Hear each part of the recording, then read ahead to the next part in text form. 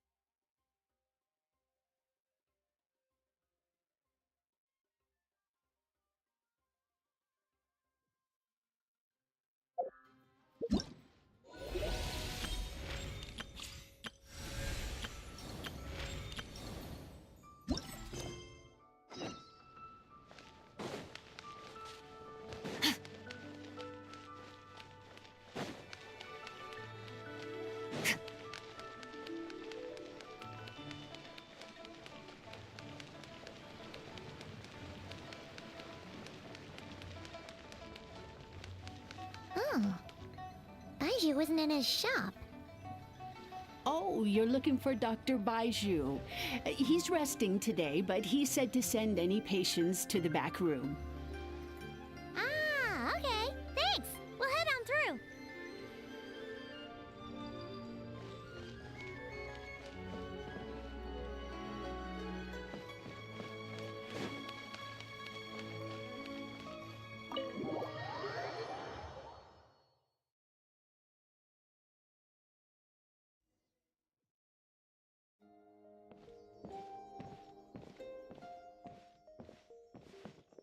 Traveler, Paimon, welcome.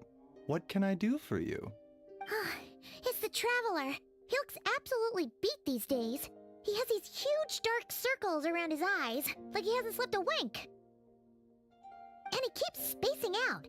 You have to call his name several times before he snaps out of it. What do you think it is? Is he sick?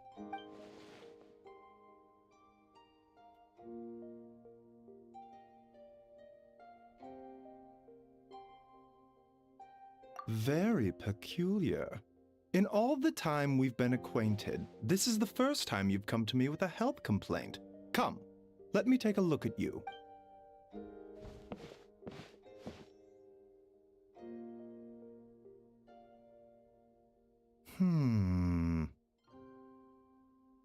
Okay, Paimon does not like that expression, Baiju. It's not serious, is it? Complexion is good, eyes are clear, breathing is steady, pulse is strong. Physically, you appear to be in good condition, traveler. In theory, your energy level should reflect that. You should be feeling right as rain. Hence my concern. A clean bill of health is usually a good thing, but in this case, it likely means your situation is more complicated. Physical illnesses come with detectable symptoms that can be used to diagnose, medicate, and cure the condition.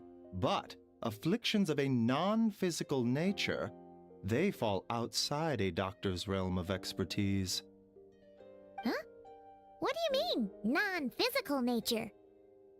Curses, dark magic, it's hard to say. It could just as easily be a simple case of mental fatigue. Why don't you rest here for a bit? Whatever it is we're dealing with, clues to your condition are sure to reveal themselves in time. Once we know the root cause, we can administer the right treatment. Could just as easily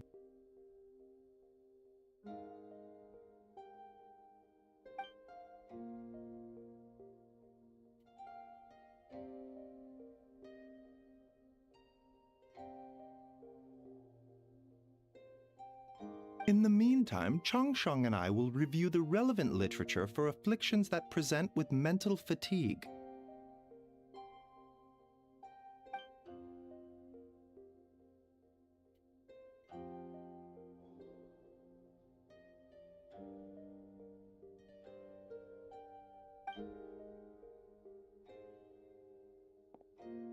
Oh, must be a rare condition if not even Baizhu and Changsheng have seen it before.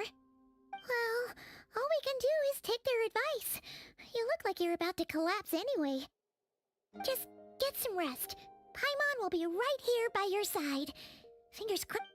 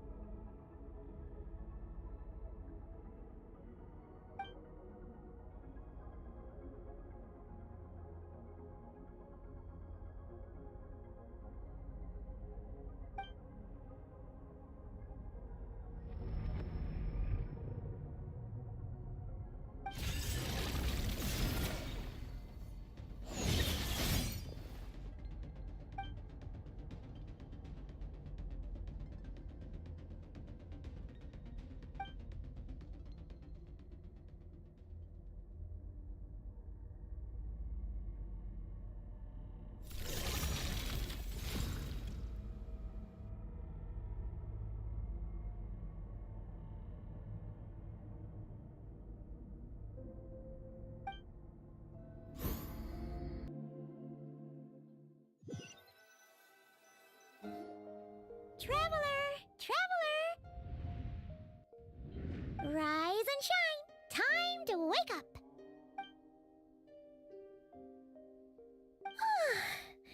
For once, you're making Paimon look like an early riser. It's already afternoon. Hopefully all that sleep did you some good. Feeling any better? A cut? What? Did you scratch yourself in your sleep? All right, let Paimon take a look. Nope, nothing there. Wait, did you have a nightmare? Okay, don't panic. Paimon heard that dreams tell us what we need by showing us the opposite. So, if you had a nightmare, maybe all you need is something to cheer you up. Come on, Paimon will treat you to something yummy.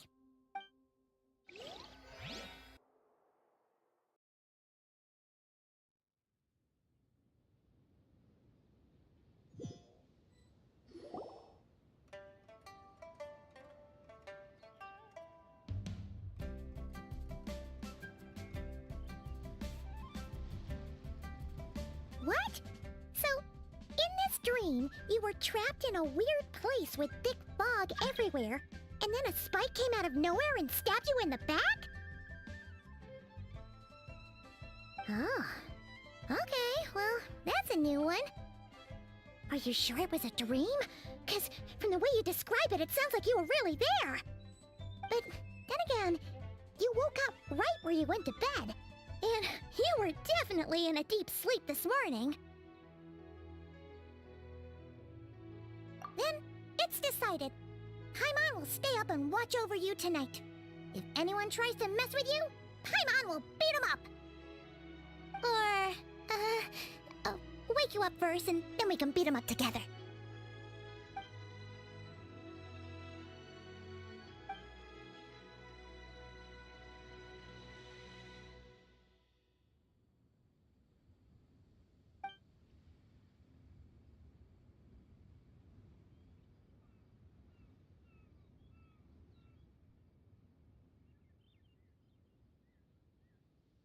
Something is missing?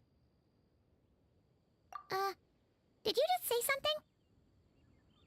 The flesh remains whole, but the soul is incomplete. Left unresolved, the mind will wither away along with it. Ah! What the? Wait! Paimon remembers you! Your child's master! Skirk? Right! What are you doing here? The last time we saw you was at the Primordial Sea in Fontaine, right? But then we left and never learned where you went after that. Child's been looking everywhere for you, by the way. What brings you to Wanmin Restaurant of all places? You came here looking for us? And were you the one behind that hocus pocus just now? Tell me, what is it that you saw? Tight-lipped, huh? I suppose that's fair. You, I'll take a glass of wine. Hmm? Oh, of course. Coming right up. We make this one in-house. It's not too strong. Enjoy. Chef Mao, I'll take a grilled tigerfish over here. Coming right up. Ah, if I knew we'd be this busy, I wouldn't have approved Shenhe's vacation. At the end of the day, what happens to you is of little consequence to me.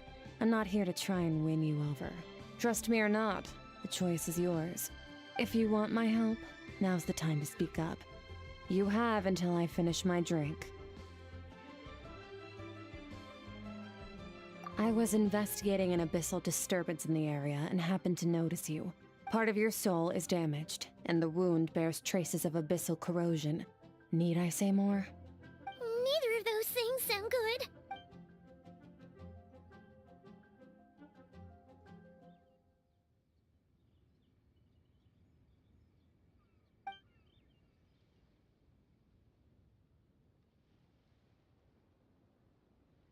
Well, should we trust her?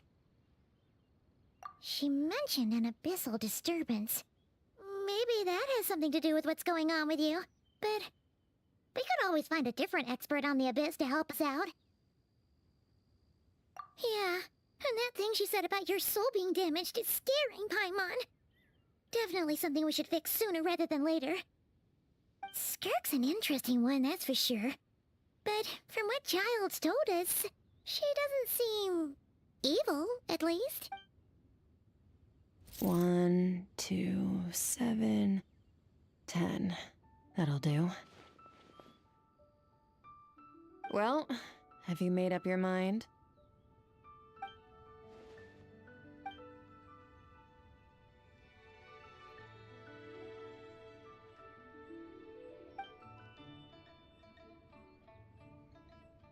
So, that's all we know, Miss Skirk. Ma'am, can you help us? So, you couldn't disperse the fog. I understand. Come find me in the Guili Plains when you're done here. Oh, and I left cash for the drink on the table. Settle the bill for me, will you? Oh, okay. Huh? She disappeared!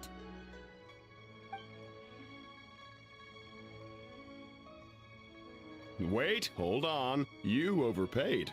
Here's your change. Oh, no. This includes the drink, so it should be the right amount. I didn't think you two ordered a drink. We didn't. It was that lady who came and sat with us, remember?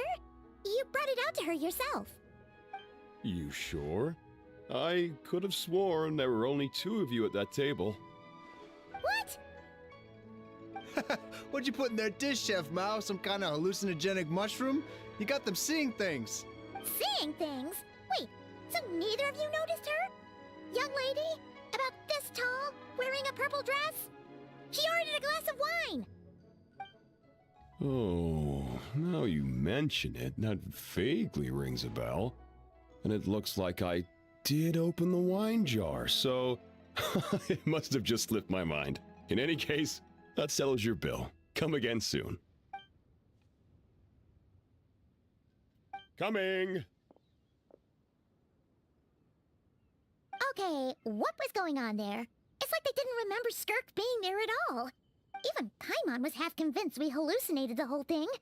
But that Mora she left for us was definitely real. Oh, this whole situation is giving Paimon the creeps. But anyway, she told us to head to the Guili Plains, right? Let's not keep her waiting.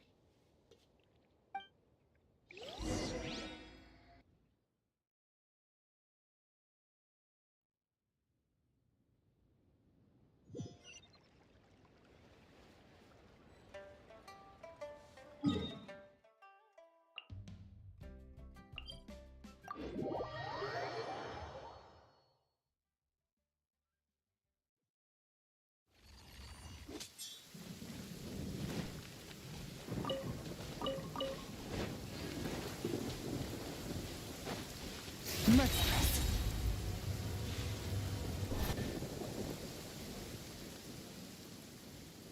Whoa, what are all these rift hounds doing here?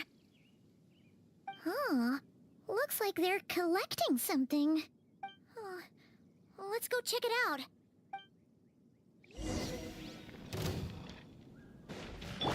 Strike a pose! Get to work! Into the void!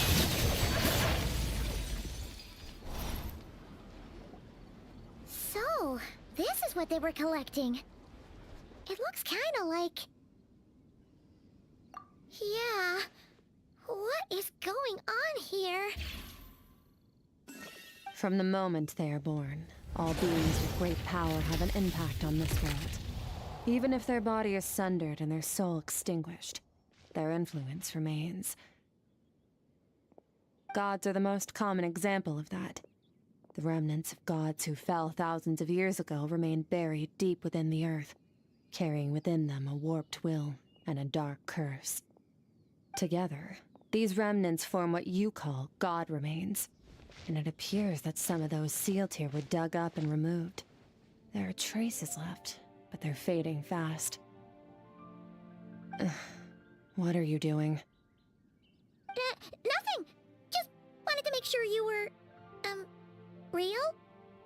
She's definitely not a ghost traveler. Paimon poked her, and she's solid. Your life hangs in the balance, and that's what you're fixated on? Strange set of priorities. It was just a trick to avoid being perceived. If someone notices me, those memories are erased. Simple as that. Unlike you, I have no desire to establish a connection with the world. The weak and the lowly have no right to remember me. They're lucky they only have a few missing memories to show for it. Now, can we please get back on track? Okay. Where were we? Right. The god remains. So, basically, there's now less of them here than there used to be, right? Isn't that a good thing? In our experience, god remains are 100% bad news. A lot of terrible things have happened because of them. Maybe it's a good thing by human standards, but power doesn't come from nothing, and it doesn't just disappear for no reason. The remains aren't just gone. They were taken. Very clever, traveler. You aren't the only one who had something taken from you. There are victims like you everywhere. The only difference being, you can speak, and the remains cannot, so it went unnoticed. Something similar happened in Sumeru. Within the span of one night, countless consecrated beasts were slaughtered, and a large amount of the god remains buried in the desert went missing. Of course, god remains are just one of the targets. The culprit is chipping away at sources of power all over this world, including the Stella Fortuna above. Wait, you mean the stars? Mm-hmm. 42 of them have died out in the past few months alone. In Conria, people believed that powerful individuals have corresponding Stella Fortuna.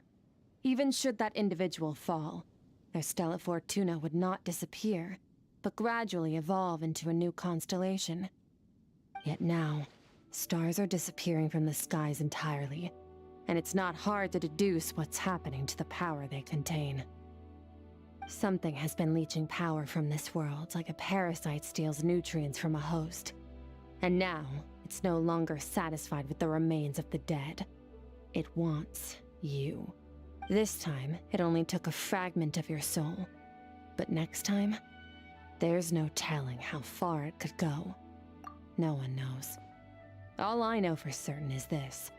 Getting back what you lost will not be easy. Considering how much power this entity has stolen, it must be a god-level being by now at least. But that's not the real concern. Souls are fragile things, and yours could easily be crushed if you go up against it. So you're gonna help us, right? We're going to help each other. You are my ticket to uncovering this thing's true identity. Well, great! You seem super strong, and you know a lot about the Abyss, so Paimon will take it. Don't get all mushy on me. All I'm doing is helping you get back to normal after a sudden crisis. And I should warn you, getting mixed up with me can have unforeseen consequences. We're on very different journeys. You don't want to be in my debt, trust me. You help me uncover the truth behind this entity, and I'll help you recover what you lost. This is a transaction, that's all. You would do well to remember that. Yeesh! You'd think she'd be a little friendlier since she's agreed to help us. But nope, she's just like when we met her in the Primordial Sea. So cold. Well, whatever. If that's how it's gonna be, then she doesn't deserve our friendship. What she does deserve is a super embarrassing nickname. Ah! Paimon's got it. Frosty the Lavender Melon! Serves that ice queen right! Anyway, the important thing is that we get that piece of your soul back. So, let's follow her and see what sort of plan she's got.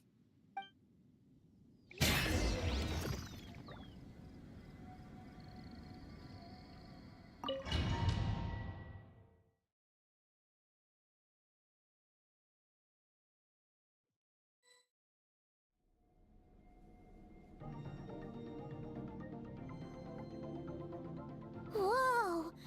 This place is way bigger than Paimon expected. Where are we? This is where I live.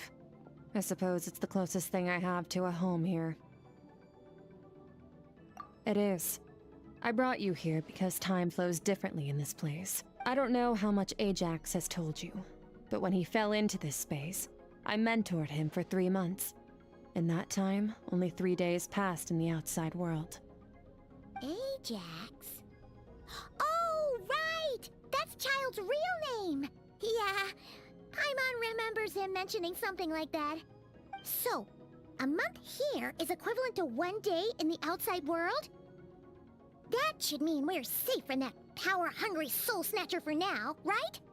Yes, well, I didn't bring you here just to show you around. In the outside world, the Traveler could be attacked at any moment.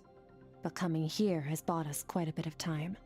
Now, we just need to figure out how to investigate that place you saw. The one full of fog. Both your description and the abyssal disturbance I felt point to that space having some connection to the Abyss. It could even be a domain similar to this one. The thief who stole that fragment of your soul is hiding there. But the Abyss is a chaotic and turbulent place. If we want to pinpoint their location, we need to see what that space looks like without the fog. Abyssal power can grant a special form of sight. Have you ever wielded abyssal power before?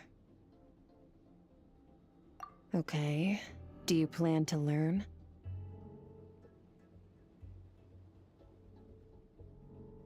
That tracks. All the information you have suggests the Abyss is something sinister, and that abyssal power is a wild and dangerous force that always spells disaster. And you're saying that's not true? Depends on your perspective. Floods and hurricanes take countless lives too. But if one day you gain the power to control them, what was once a calamity is now just another tool in your arsenal.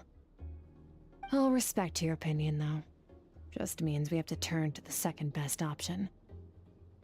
A little abyss crystal that contains my power. Wear it on your head, and we'll be able to perform dream mirroring when we fall asleep. Dream mirroring? It means experiencing whatever the other person is dreaming. Everything they see, think, and feel. Since you haven't studied the art of using abyssal power, and have no plans to jump in the deep end right now, I'll have to do the investigating for you. With dream mirroring, every time you slip into a deep sleep, I'll see with my own eyes whatever scene plays out in your mind. Then, I can guide you through the dream environment, and we'll take back what was stolen from you. Huh. You make it sound so simple. Tough to say. This is an unprecedented situation for both of us. Even assuming we do manage to find where this entity is hiding, like I said, getting your soul fragment back won't be easy. To play it safe, I need to give you some special training first. Wait, you're gonna teach him some of your martial arts? Does that mean the next time we see Child, we have to treat him like our senior? Do as you want. For my part, I don't see you as my disciples. You're already a pretty good fighter. All I'm planning to do is build on your current skills and train you for the specific scenarios that I think we might face. But that's enough talk. If you're ready to do this, then come with me. Time might be more lenient here, but that's no excuse to waste it. Oh, she moves fast. Paimon can hardly keep up with her. So, special training, huh? Kind of a rare opportunity. With your skills, there's not a lot of people qualified to train you. The last time something like this happened was probably anti-Raiden Shogun training, right? Oh, feels like a lifetime ago. Skirk seems pretty strong too, though. Remember how she said that the all-devouring narwhal was just her master's pet? Maybe we really will learn something here.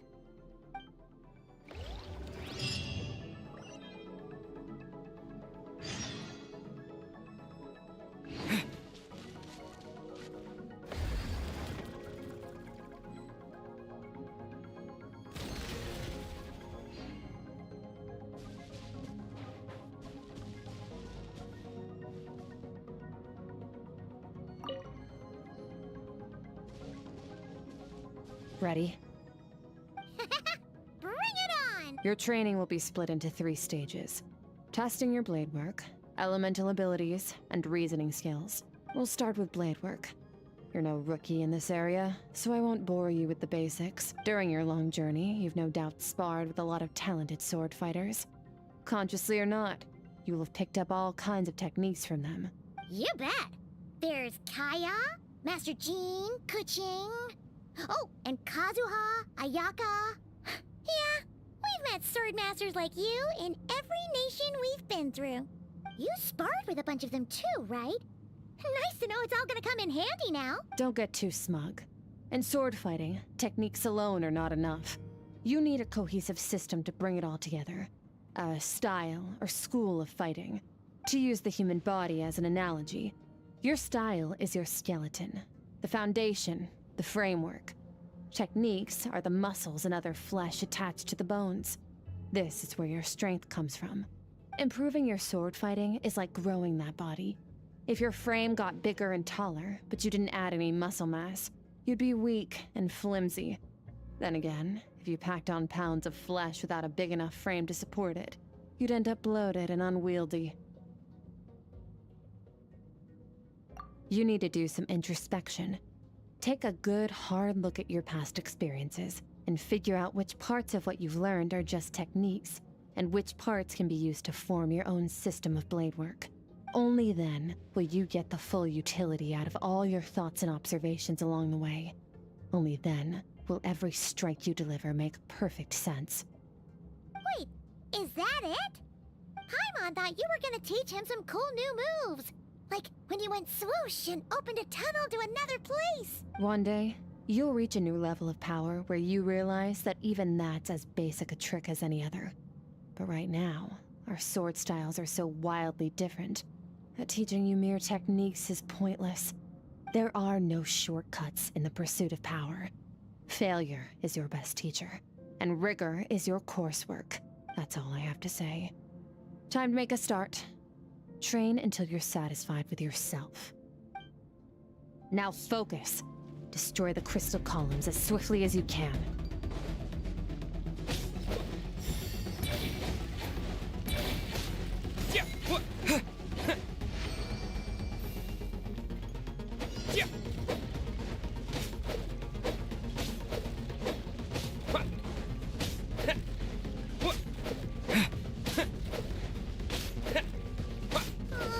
This is making Paimon's head spin. Hang in there, Traveler!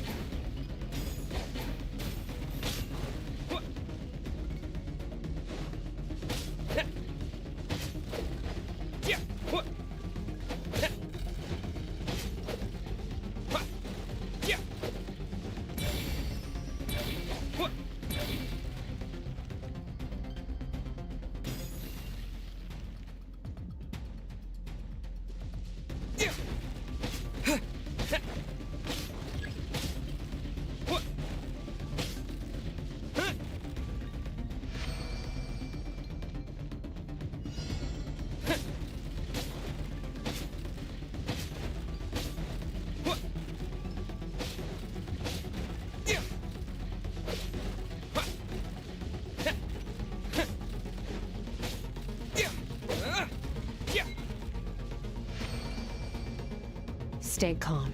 Use your head. You have to keep it together.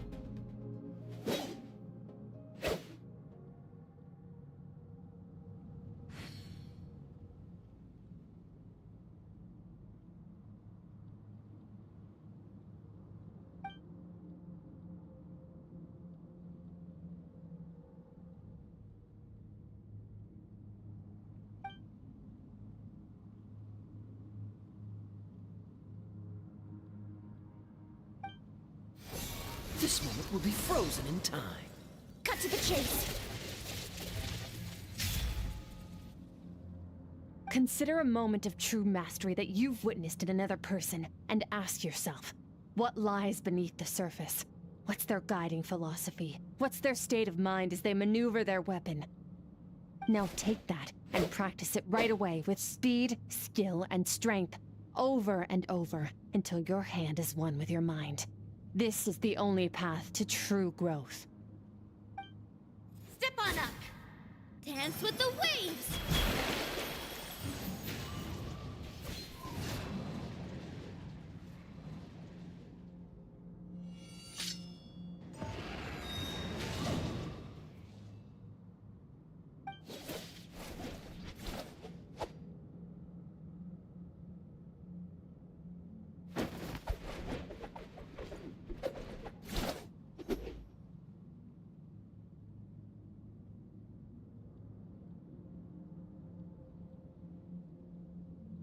If you start to tire, empty your mind, but do not stop.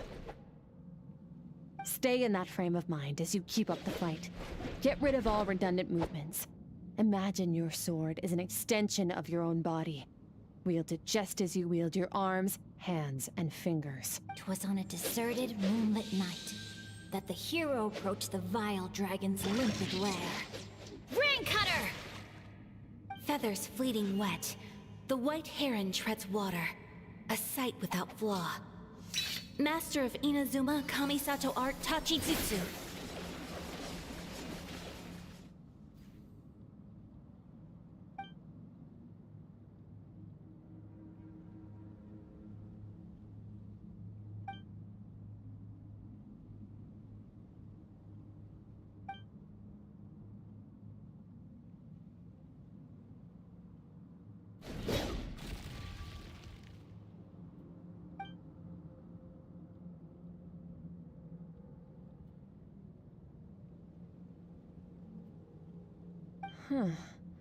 Looks like you've made some real progress.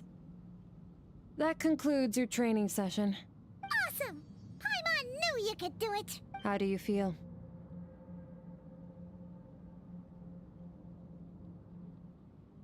As you should be. Time flies when you're training hard. You've actually been going for several days now with no rest. Yeah, meanwhile Paimon's had a whole bunch of naps. But you were so focused, she didn't want to interrupt you. Go get some sleep. I'll be doing the same very soon. Let's hope you see that foggy place in your dream, so I can get this investigation over and done with.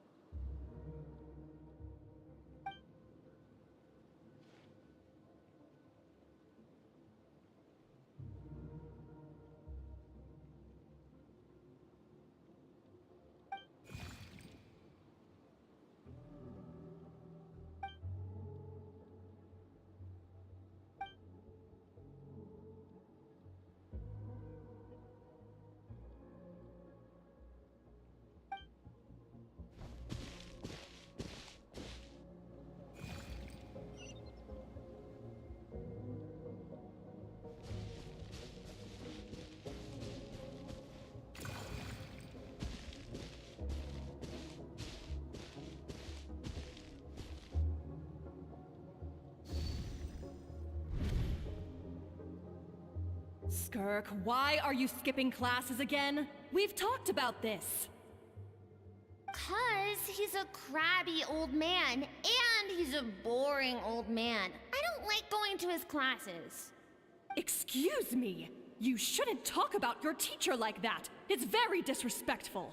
All right, let's not get into a big fight about this. Skirk's learned what she needs. There's no point forcing her to sit through more classes if she doesn't want to be there. But I'd still love to hear about what you got up to yesterday. Why don't you tell your dad all about it? I went diving. swimming, and I saw this huge fish. I never knew they could get that big. It looked kind of dumb, though, with that stupid big fat head. I tried to shake its fin, but it just spat water at me. Oh, and today, I'm gonna go to that prairie up north. There's supposed to be this giant bird there that can spit fire. I bet if I climbed on its back, it could fly me all the way to the stars. Then I suppose your old dad should get one as a pet too. Otherwise, how are you gonna hear me call you for dinner up there in the stars? When it's time to eat, I'll come back on my own, Zilly. Anyway, gotta go. Bye, Mom. Bye, Dad. Wait! Put on a coat at least. You'll catch a cold. I'm talking to you, young lady. You spoil that child, you know. Ever since that merchant ship arrived, she practically lives outside. Always going on about exploring the beyond one day, whatever that means. Ah, let the kid do what makes her happy. Besides, we both know you're all bark and no bite. Come on, our little adventurer is gonna be hungry when she gets back. Let's get started on dinner.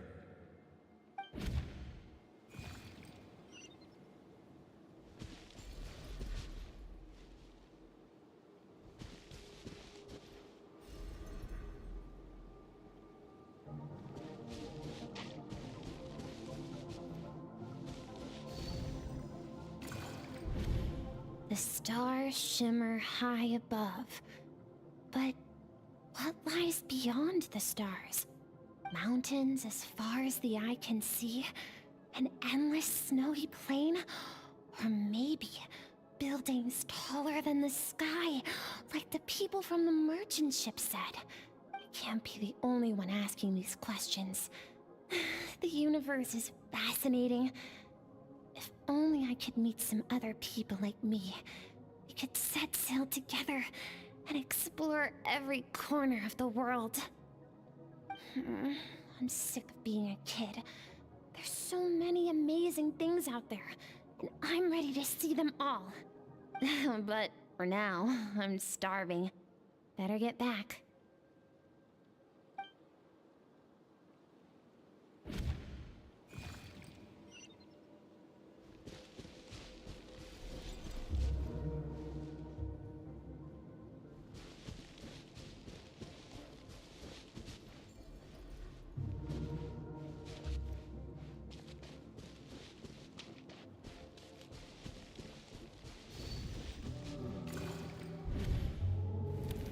Don't let a single one of them get away! No, please, spare the children! Stay back! They're coming! Run! Help! Eliminate the threat. Take them down! Don't be scared. Ah! This way! We'll never make it! Fire. There's fire everywhere. What happened? I told you we shouldn't have trusted these outsiders!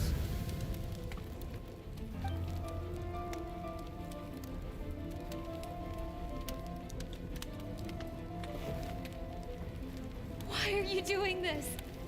What did we do to deserve this? We welcomed you with our finest food and drink, showed you the best our home has to offer, gifted you cloth dyed by our own hands. And this is how you treat us? Run! Save yourselves! Captain, Zone 3 is clear and we have Zone 2 surrounded. Begin extermination. Remember the orders from upper command. No one is to be left alive. Rest assured, sir. We have enough munitions to annihilate these savages and burn their entire civilization to the ground. Good. The only ones who put up a real fight are that man and his wife, correct? What's their status? We shot the man in the ankles and the wife broke her wrist attempting to fight back. They won't be doing much more fighting. They're holed up in their home for now, but they won't last long. To prevent them from making some kind of last stand, we're planning to clear out the other zones first so we can send a bigger squadron to surround them.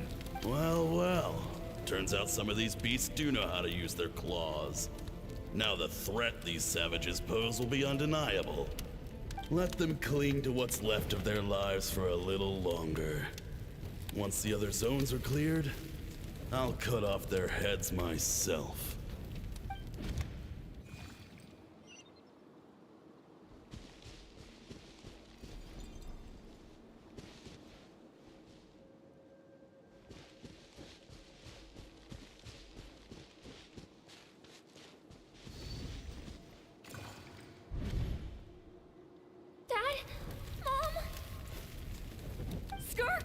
You're all right? Thank heavens. I'm so happy to see you, sweet girl. But you need to go. It isn't safe here. They'll be back any second. What happened? You're bleeding a lot. Dad, This is the place. Alert all units. Prepare to surround. Run, Skirk! Run as far away as you can. Don't trust anyone. Your dad and I, we're not afraid to stare death in the face, but we need you to survive. My clever girl, so curious. You're already so brave. I know you're going to grow up to be such a positive light in this world. Whenever you miss us, just play this song. Remember, life is a gift. Don't let darkness claim it. Break down the door! Look what we have here. A savage that can pluck a tune. Well, the show's over.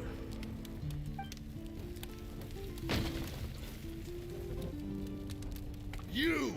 Stop singing! Shut it! I said shut it or I'll make you! Fine. Have it your way!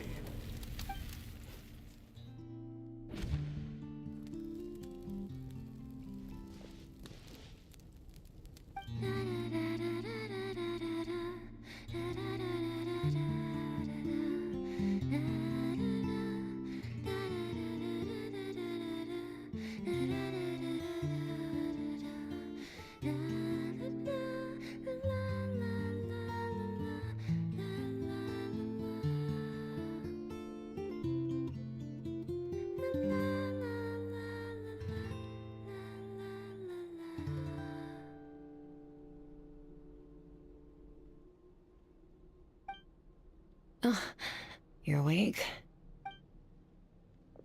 I found a few clues while you were asleep, but it's only a start.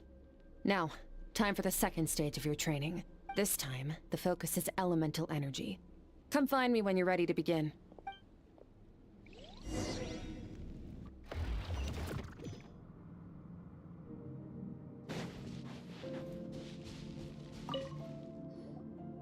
Man, staying in the abyss feels so surreal, don't you think? No day and no night. It's like time hardly exists. If we weren't careful to keep track, it feels like we'd have no idea how long we've even been here. Well, except for the fact that Paimon still gets hungry like clockwork. You go do your training. Paimon's gonna grab a bite.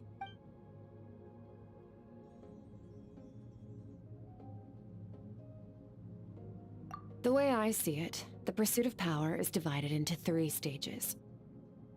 The first is mastering the use of standard weapons. Next is learning how to harness natural energy. And after that, you're free to challenge even higher dimensions. The natural energy of Teyvat is, of course, elemental energy. But that's not my area of expertise. I draw from a different source of power. Abyssal power, yes. Also known as the power of the Void Realm. My master, Sertologi, is a true expert in that area. After all, he was one of the group of 5 that infamously stole the all-encompassing power of the Abyss, an act for which the people of Conria gave them the epithet, the 5 Sinners. The elemental energy of Teyvat, on the other hand, is derived from the power of the Light Realm. These 2 forms of energy exist in direct opposition to each other. Suffice to say, there's not much I can teach you this time.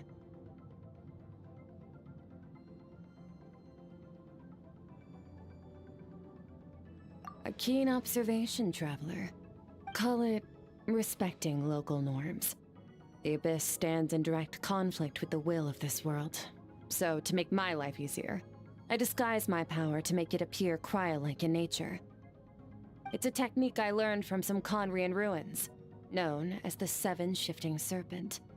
If you ever change your mind about delving into abyssal power, I can teach it to you. So I've heard. You seem to have a knack for removing abyssal power. But is purification really what's going on there? Like I said, power does not simply disappear. Just thinking out loud. Let's focus on your elemental training. That's what's gonna help us if the situation gets tricky. True growth comes from adversity, but only if you make the choice to pick yourself up again every time you fall. So, it's time to push yourself to the limit, and then keep pushing. This is the only way to advance at pace. Use the power of Animo to clear the field as fast as you can.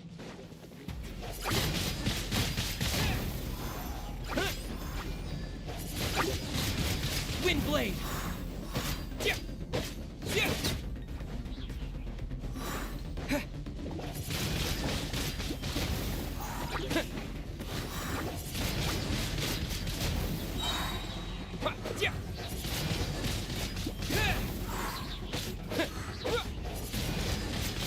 Windblade!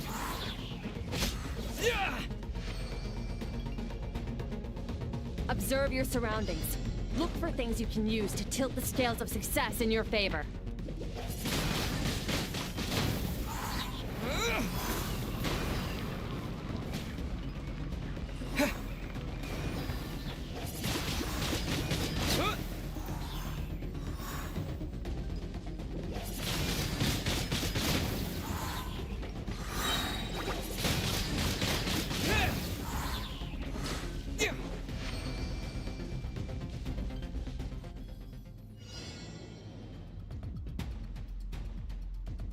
Use the power of Hydro to destroy the spikes.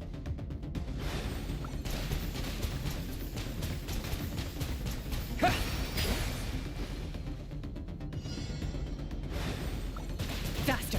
Don't give them a chance to strike you. You need to be quicker than you were in your dream. You can't afford another injury like that.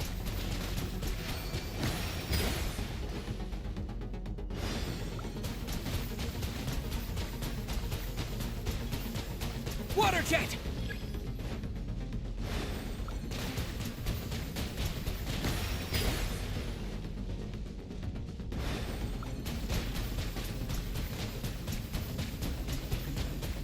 Water jet!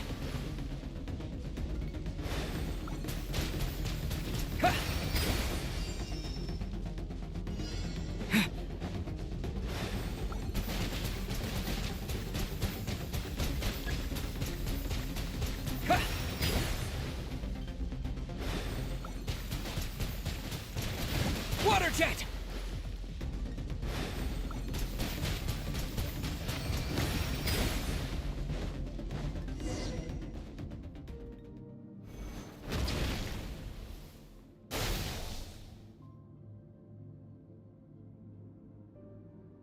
You need to understand what makes you special.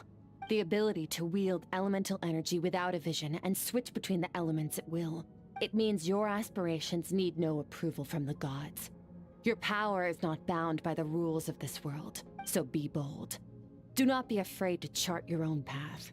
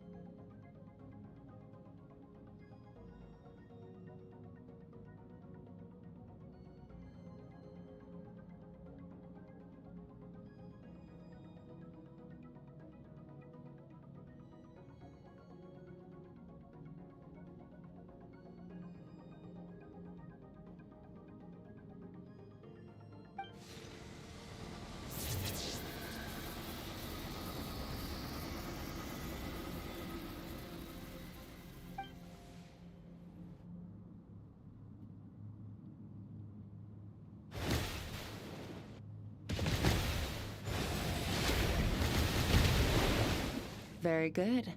It seems you've reached a deeper level of connection with the elements. Long enough for you to lose yourself in your training, which is a good sign. Relentless practice with the elements has drained all your strength, but it's also what allowed you to make progress. Get some rest. When you wake up, we'll proceed to the final stage of your training.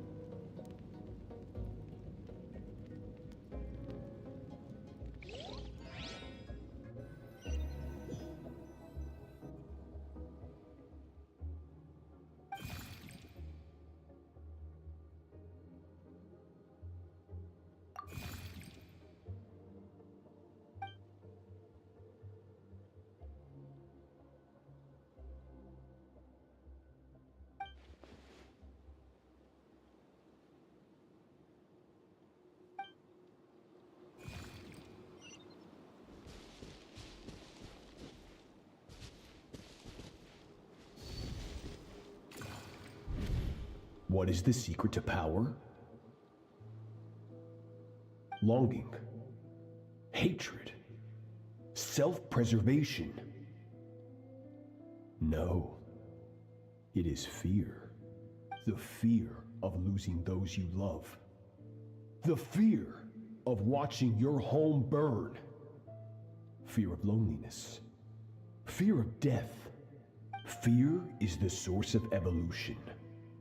It forces humanity to adapt to their environment and overcome hardship. It is in the process of prevailing over our fears that we surpassed first ourselves and then the rest of the world. That fear is now part of you. It calls on you to evolve, and it is time to answer.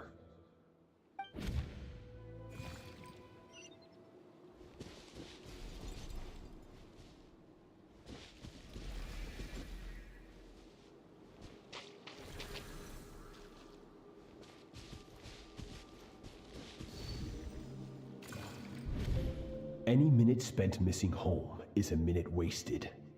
Practice your sword work instead. Do not make me tell you twice. But, Master, I can barely lift the sword anymore. If I keep going, I feel like my wrist is going to break. So it has not broken yet. Then pick up your sword and keep practicing until it breaks. I want to hear the cracking and splintering of bone. After all, bones can always be reset.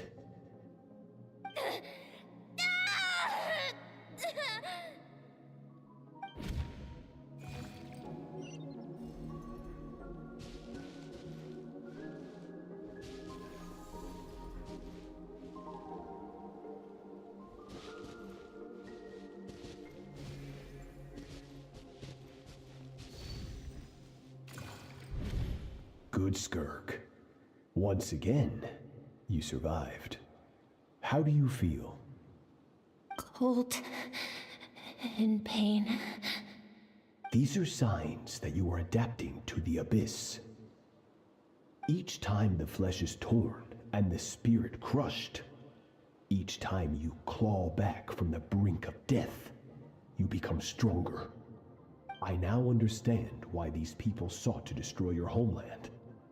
Your potential goes beyond even what I could have anticipated.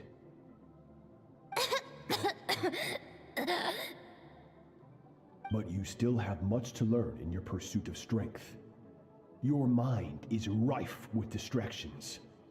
From now on, I shall show no mercy in your training. You must learn to shut out all the pointless emotion, crush the self that makes you weak, and become master over your physical form. Get up, Skirk. Wipe the blood off your face. Cut away the rotten parts of your flesh. and mend what is broken. Then take up your sword.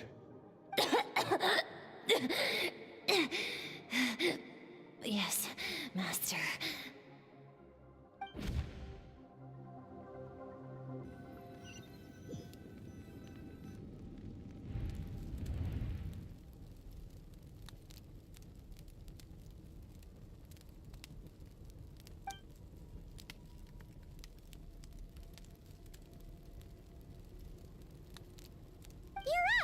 Hopefully you got some good rest. Skirk said to tell you that she's ready to start the final stage of your training whenever you are. So, wanna head over now? Or did you...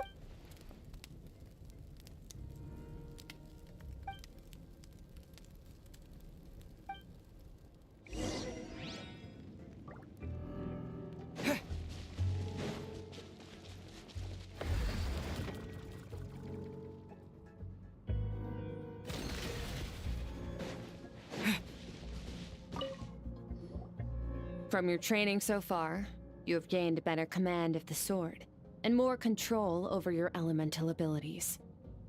That's only part of it. Experience is the real teacher. Your journey, the friends you have made, the dangers you have faced. These have taught you more than I ever could. Now, it's time to focus on how you react under pressure.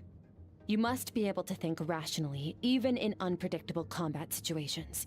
To simulate this, I'm going to attack, and you're going to block. Ready?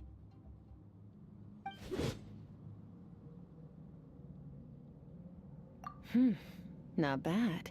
That defensive stance looks near unbreakable. Just like your sister. That reminds me.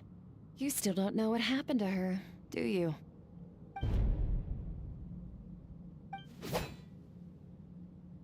Hey, no fair! That's cheating! You think every opponent has the same moral code as you? You can denounce their deplorable methods all you want. But only if you live to tell the tale. The dead don't get to complain. Strong emotions will always arise in combat. Anxiety, anger, fear. But a true warrior is never at their whim. Only when you are free from the influence of emotion can you make the right choice, no matter the situation. How amusing. Almost sounds like you think you know me. But you don't. You can choose your own path. We are not the same. Let's begin. Try to use reason over emotion. Make the most rational and advantageous decision in any given moment. This is your final training session. Look alive. Same drill as before, but this time I'm going to interfere. Hold your focus.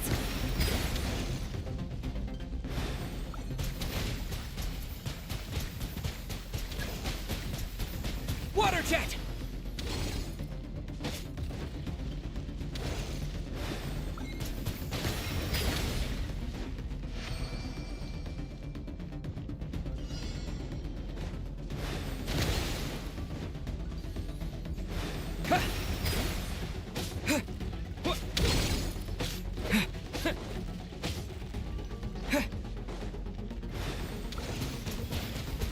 Water jet!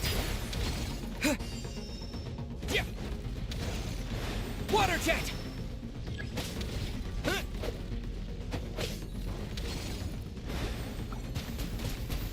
Go!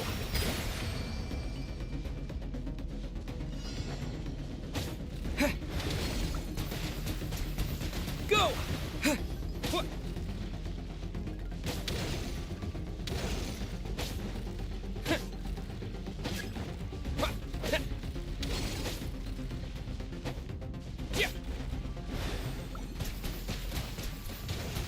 Water jet!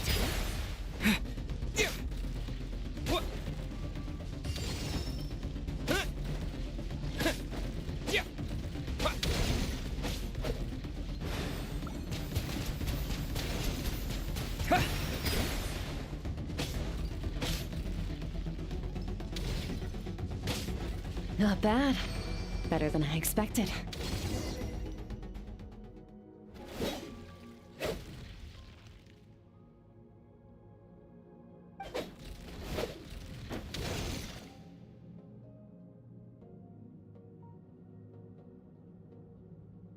You're getting the hang of it. The first step to controlling your emotions is controlling your mind. You want a unified train of thought. It all comes down to focus.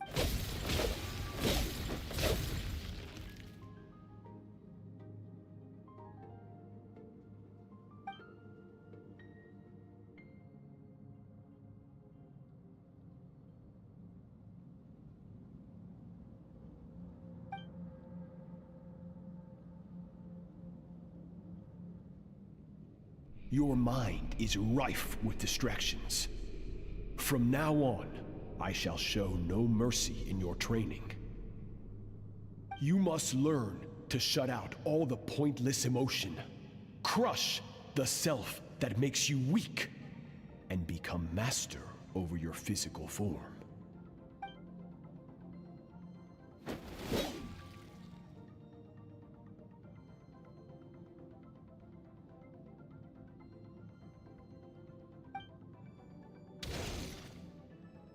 Stop. Let's pause here. One look, and I can tell your mind has wandered. That's to be expected. There's a limit to how long a human being can concentrate on one thing. Staying calm and focused sounds simple in theory, but in practice, it's more demanding than sword work or elemental abilities.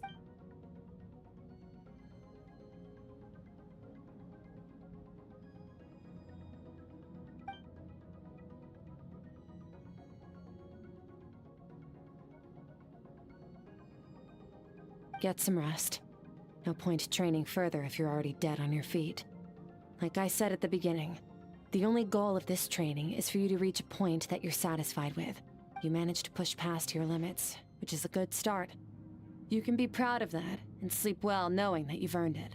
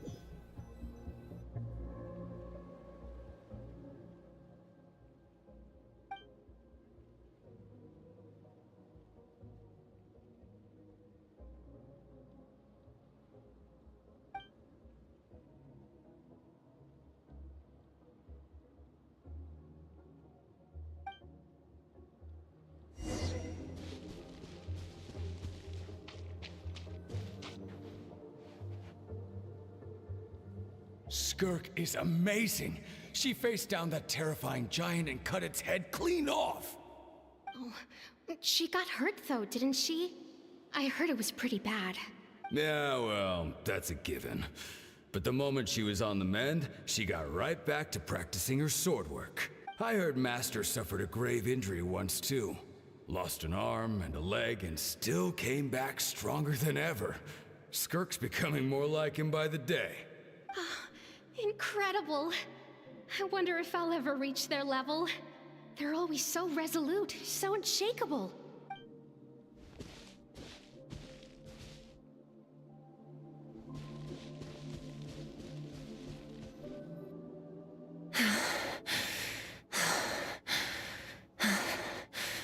Pathetic. You're not even trying.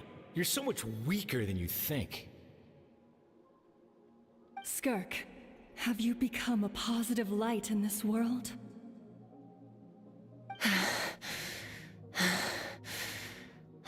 Do you even remember how many of us perished in that fire? How many bodies were left to rot on the scorched earth? Yet you alone live on. Keep your gaze fixed on your blade. You don't deserve to rest. I have so many questions. I just want to jump in a spaceship, explore the whole universe, and get answers from the stars. I just need to wait till I'm grown up. Then, I can do anything. Now, you must bid farewell to who you were in the past and become someone stronger. Run! Skirk! Run! Only death awaits us here. Keep running, and don't ever look back.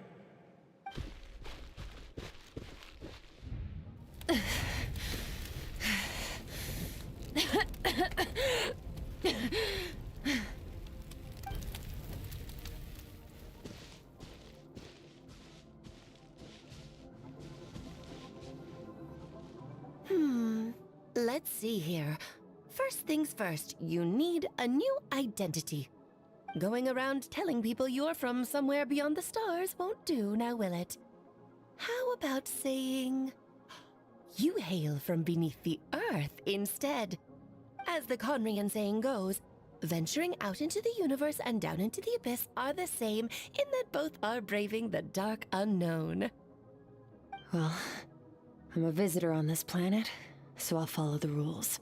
Ah, splendid. That saves me quite a bit of trouble. Let me offer you a piece of advice in return, although it might not be what you want to hear. I know the pursuit of strength is important to you, but taking a moment for yourself every once in a while is never a bad idea. Ignore her existence for too long, and there will come a day when you can no longer hear her voice.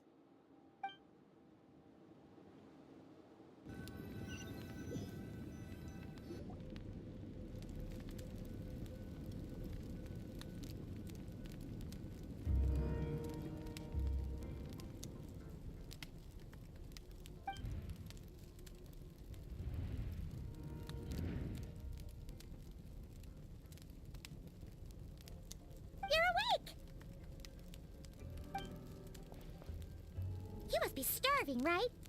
Ta-da! A barbecue feast just for you! Of course you are! That's why Skirk and Paimon got this all ready for you. Dig in, before it gets cold.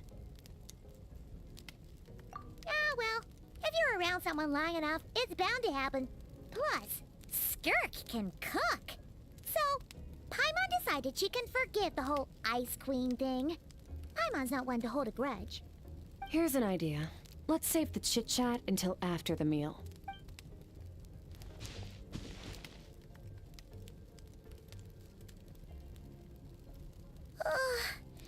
Okay. It's Paimon's turn to sleep now.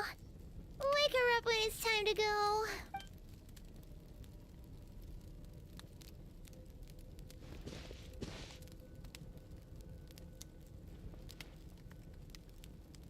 I have good news. First, your training is complete. You have what it takes to wield immense power. Now it's just a matter of putting it into practice. Continue to learn from your journey and hone your skills against formidable opponents. Second, I've located the culprit we've been searching for. Next, we just need to retrieve the missing part of your soul, and our business will be concluded. When Ajax trained with me, he once told me he was bursting with questions.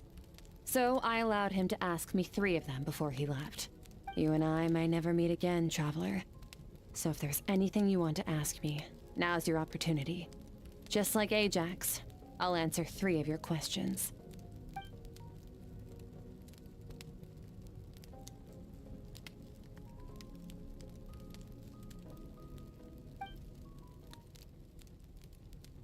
Okay, not the angle I was expecting. What makes you ask that?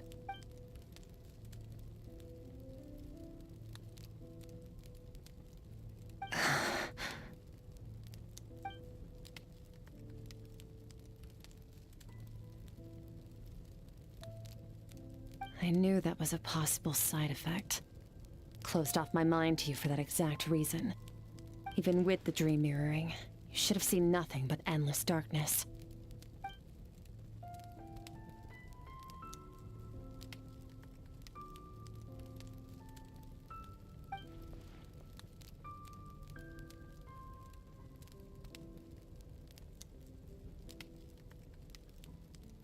Whatever. Must have been a flaw in my execution. I shouldn't be too surprised. Due to some recent circumstances, My self-control has been lacking as of late. Since you've seen what you've seen, there's no reason to hide the truth. All I ask is that you keep it a secret. No, I'm not from Teyvat. I'm from a different planet. And there was a time when I journeyed through the stars. A lot like you in some ways. No, we're different in that respect. You're influencing the fate of this world. But me, I'm just passing through. Several hundred years ago, my master, Sertologi, opened the border between worlds and sent me here. But this is not my home. And one day, I'll return to the vast unknown of space. So, there you have it. On to your second question.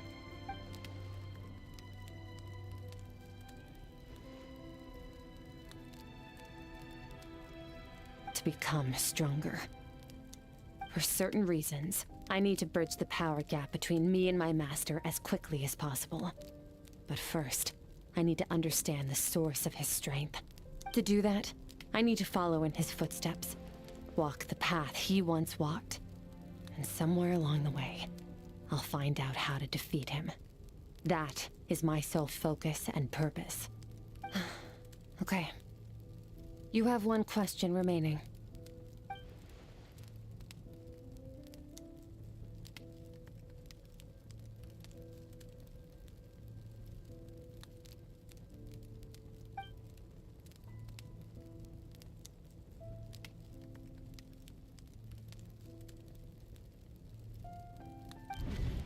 You make it sound so easy.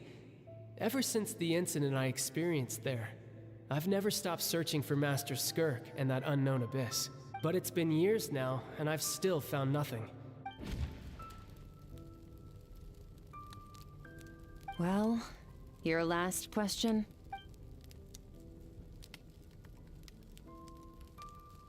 Ajax. His situation is different than yours. Before you ever crossed paths with me, you'd already encountered many formidable people, studied their techniques, and developed your own skill set. So, during your training, all I had to do was build upon that foundation. But Ajax was so young when he came to me. A complete blank canvas. Children can't help but imitate their role models. In the long run, that would only hinder his growth. Once Ajax has enough strength in his own right, I will allow us to meet again. Until then, let that motivate him to reach his full potential.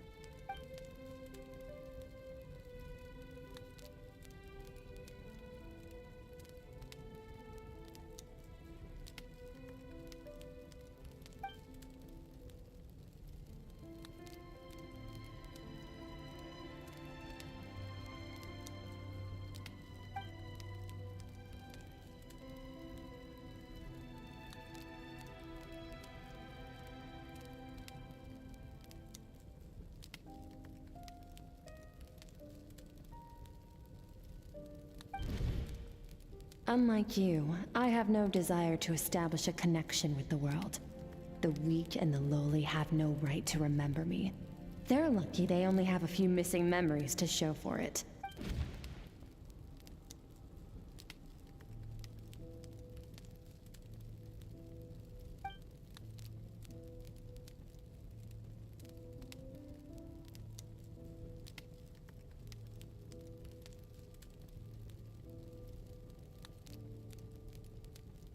Wake up your companion. It's time to go. Oh, and everything I just told you, best keep it a secret from her as well.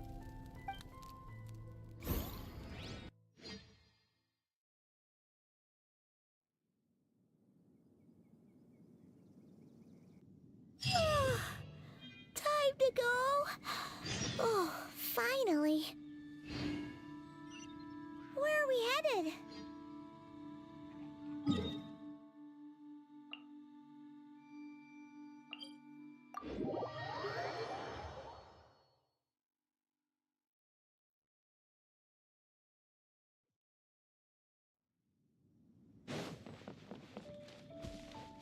Merciless.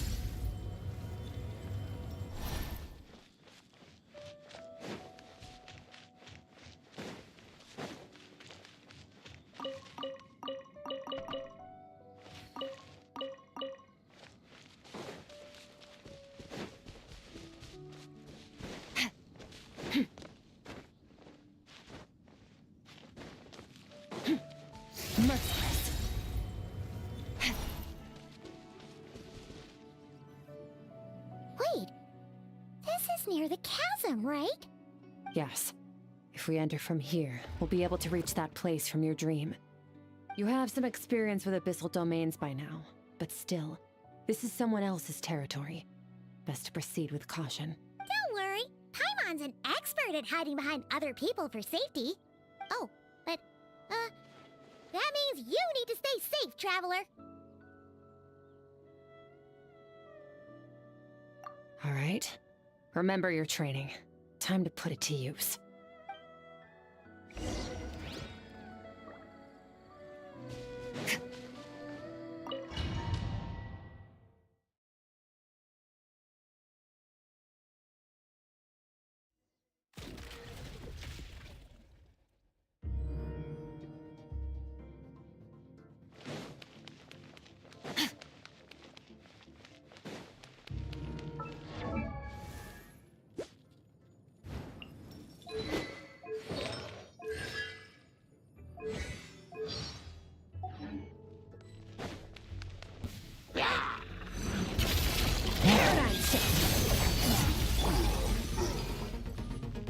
Water jet!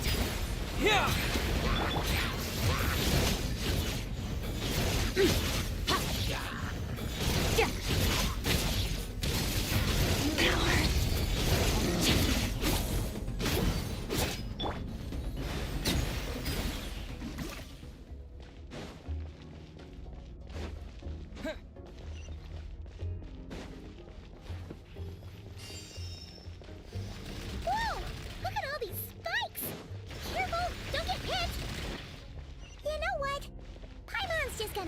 Behind you. Come on, you got this.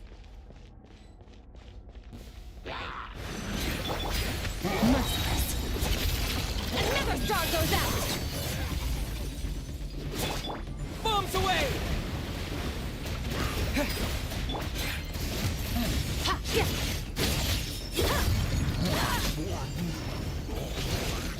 Hey, what are you two doing?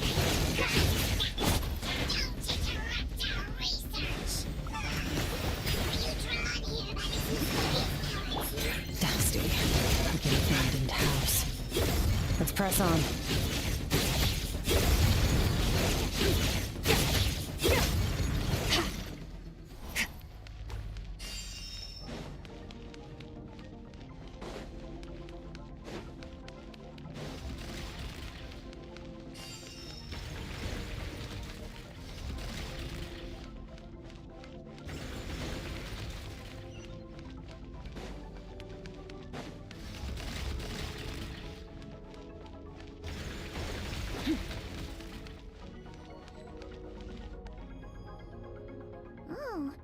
Looks like this is a dead end.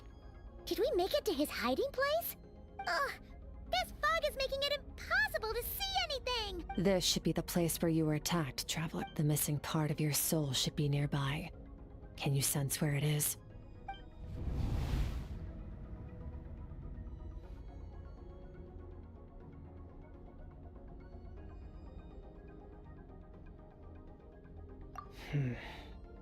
Our opponent must have covered his tracks just in case. Otherwise, you should have sensed it much more strongly. Hold on! Look! The spikes are back! Stay calm. Let's hold back a little. Give our enemy some wiggle room so we can see what we're dealing with. If you're too reckless, we might be playing right into his hands. Our enemy took part of your soul for a reason. It's likely he integrated it into his attack somehow. If we're smart about this, we can track it down.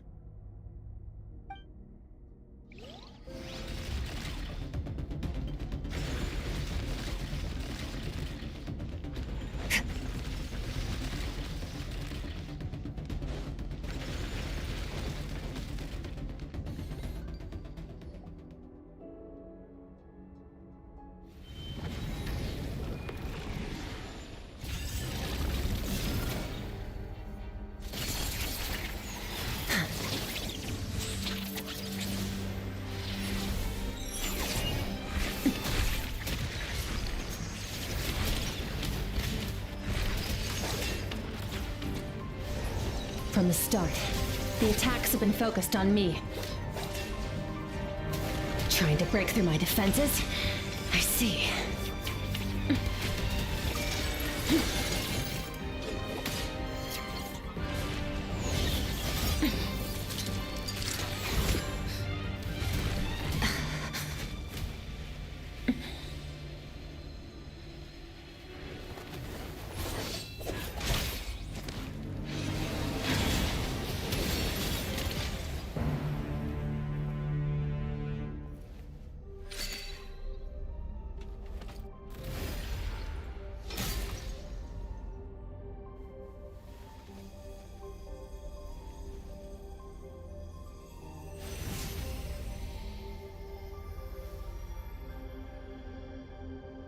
There. I got it back. Traveler! Skirk! What happened? It looked like Skirk just got... In the Guili Plains, you asked me why this enemy chose you as his target. Now, the answer is clear. It's not just the fact that your strength is impressive. It's also because of your ability to, as you put it, purify abyssal power. Whatever that actually means. The fact is, that ability allowed him to do something that should have been completely impossible. Namely, break through my defenses and steal my power.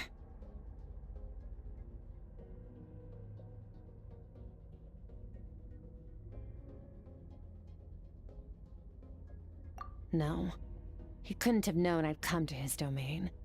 He only stole your soul fragment because he knew the value of its power. I doubt he expected it to come in handy so soon. Call it fate if you want. I believe that's the term they use in this world for arbitrary coincidences like this. In any case, it works to our advantage. Once I realized what he was using that power for, it gave me the chance to get back what you lost. I'll cope. Well, done gorging? Good. Time to answer some questions. How did you get the power of the all-devouring narwhal? The all-devouring narwhal? Oh, of course! Paimon knew that spike thing looked familiar. It looks just like that narwhal's horn! I highly doubt you acquired that power through your own strength. Tell me I'm wrong. You're desperate enough to scour the land for god remains and whatever vestiges of power you can find. That alone proves you wouldn't be able to defeat a creature like that. Which leaves one possibility. You know my master, the Foul, Sertology. The Foul? Who dares call him Foul? Sertology.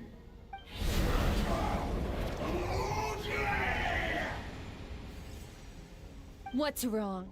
Bit off more power than you can chew? You're struggling to hold a basic conversation. Just a little longer. I'm still... Look! It's back! Those obsessed with power will let it devour them before abandoning their pursuit. Keep calm and use reason to decide the best course of action.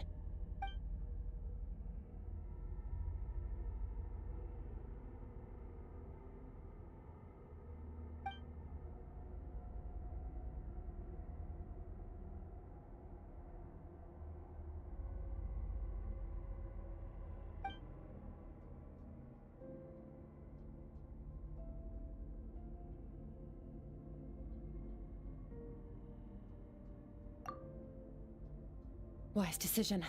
Final victory doesn't always come after a single battle. You've got your soul fragment back, so we both got what we came for. Let the enemy draw breath while he can. It won't be for long. Get us out of here, Traveler. You'll need to lead the way this time.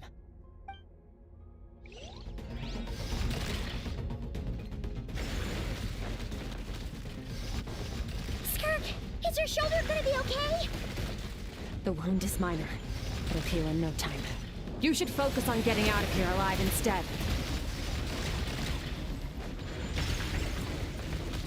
Uh-oh! Falling spikes! Run!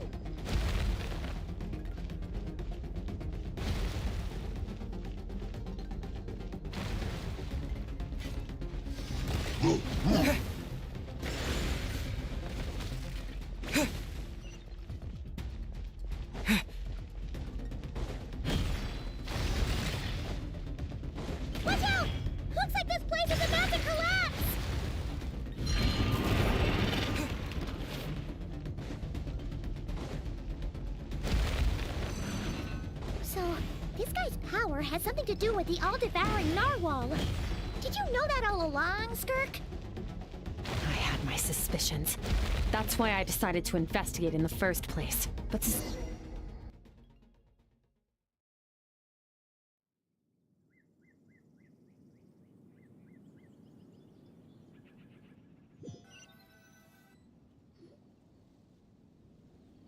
Phew.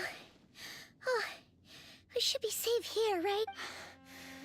I no longer sense his presence. Can't have followed us out of that abyssal domain. Weaklings like him will find that my power is not so easily controlled.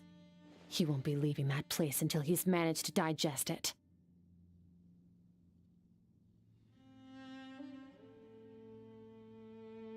You seem surprised. I suppose that's fair. You've seen but a fraction of what that whale is capable of. That gaping maw could swallow a planet whole. It's called the all-devouring narwhal for a reason. Devouring is what it does best. It can extract power from anything, dead or alive, as long as it manages to make physical contact. Yeah. When we had our run-in with that thing, Neverlet mentioned that it has an instinct to devour. Your dragon friend recognized the nature of its abilities and used the power of Hydro to protect you. That worked because it was in a satiated state, so it was somewhat less aggressive than usual. It's a different story when it has no more power to feed off of. That's when its true voracious nature kicks in. It could devour everything on the planet in that state, which is why I cast it into that void space. But I hadn't counted on there being anyone left on this planet capable of wielding its power. To me, that says he must have encountered the whale a long time ago. Meaning, he must have known my master. Exactly. It told me everything I needed to know. Hence why I said we both got what we came for. And I believe that brings our transaction to an end. Now that you're whole again, you can get back to your own journey. I'll handle the rest of this situation myself. No way! We can't leave now! Something was stolen from you because of us! We have to help you get it back! This isn't my first taste of failure or losing power. When you fall, you get back up again and become stronger. That's how it is. But what if that monster finds you before you're all better? Plus, how are you gonna get home? It's not like you can just go swoosh and open a door to the abyss again. Not without your full strength. So, sticking with us for the time being doesn't sound so bad, does it?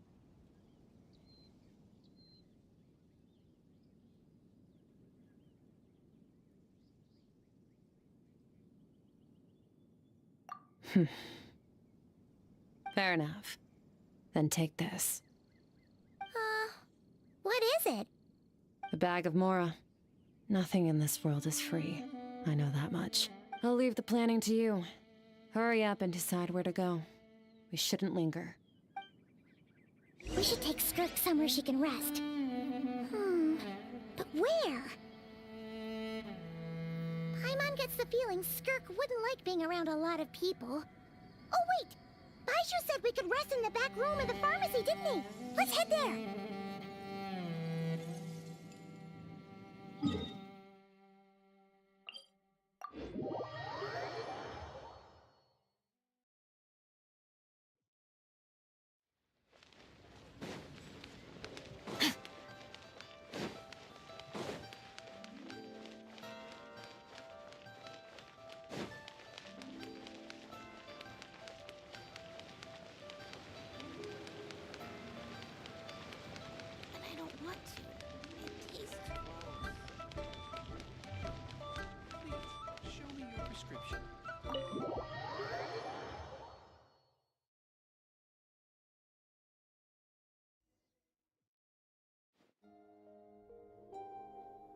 Huh. This bag from Skirk has a ton of Mora in it. Does she have a job or something? Wait, no. After what we saw at Wamin Restaurant, that seems impossible. Can you imagine? It would go something like... I'll be collecting my paycheck now, boss. Oh, sure thing. Wait, who are you? Have we met? Can't hold a job if you make everyone forget about you. So... what did she do to get all this Mora? Claimed some buried treasure, took care of a few monsters that were causing trouble. Nothing untoward. It's safe to use. Ah! You heard all that? A sonorous voice like yours is hard to miss. I wouldn't be surprised if the sound of it traveled to the nearest mountaintop.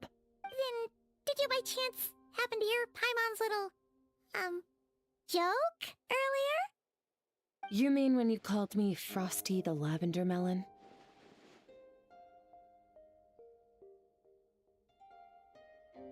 No, sorry. Paimon totally misspoke just now. She didn't say that at all. It was, a Paimon lookalike.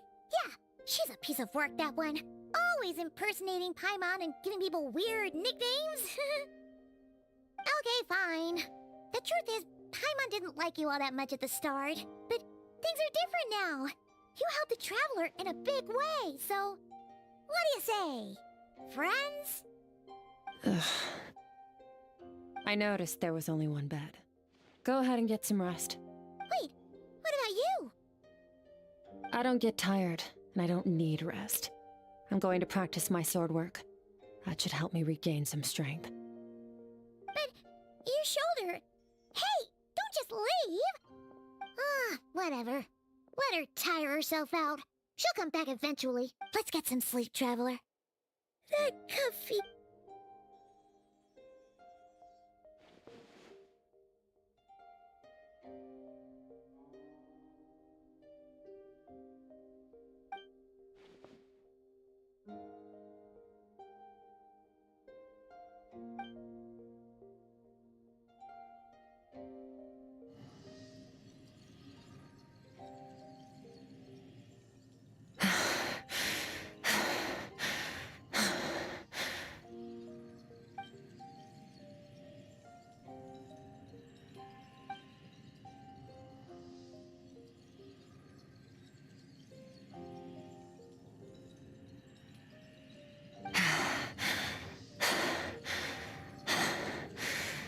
Quiet.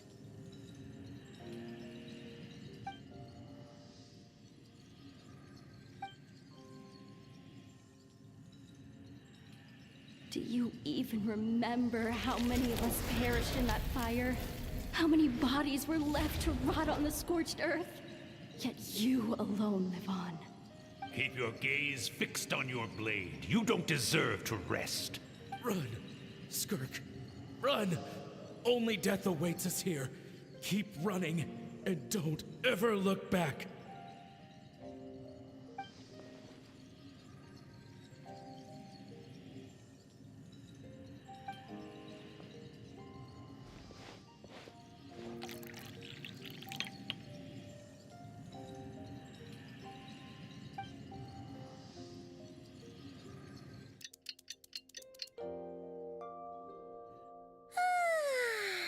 Getting an early night's sleep is the best. That bed was so comfy. Wait, Skirk? Have you been sitting out here the whole night? The bed's all yours if you want it. About 60%. Maybe 70. Whoa! Paimon thought it would take at least a couple of days. That was fast. No, not fast enough. That's 20% less than last time. Same training regimen, same intensity. Nothing felt different, but somehow the outcome fell short. No, I think the problem's with me. I need to meditate for the next 2 days. Deep introspection should help me find the issue. Ooh, sounds intense. We'll watch over you in the meantime, then. Thanks. See you in 2 days.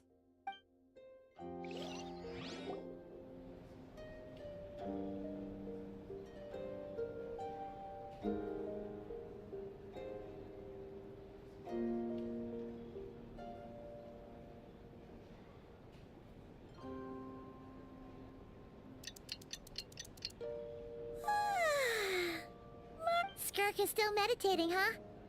It's been 2 days already. Shouldn't she be awake by now? Paimon can't think of anything we can do to help. Oh, wait! Breakfast! will go get breakfast. Skirk is gonna be starving when she wakes up. Be right back.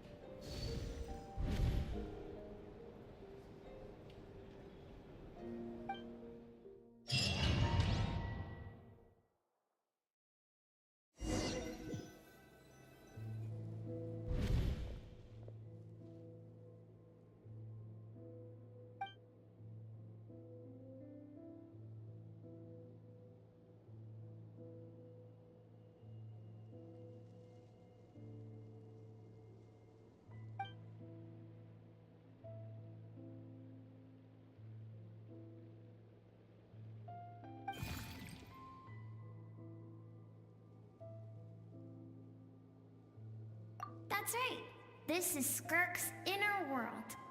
Think of it as the threshold between the soul and dreams.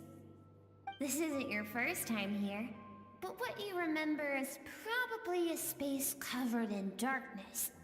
I only managed to illuminate a small portion for you back then. Actually, it's my first time talking to someone like this. I only managed to break free and bring you here because the injury weakened her power. I guess that's why I can speak again, too. Call it fate, if you want. I think that's the word they use in this world for lucky coincidences like this. Now, before I take you to her, I gotta ask. You're the first outside visitor to ever come here, so what's your impression of this place?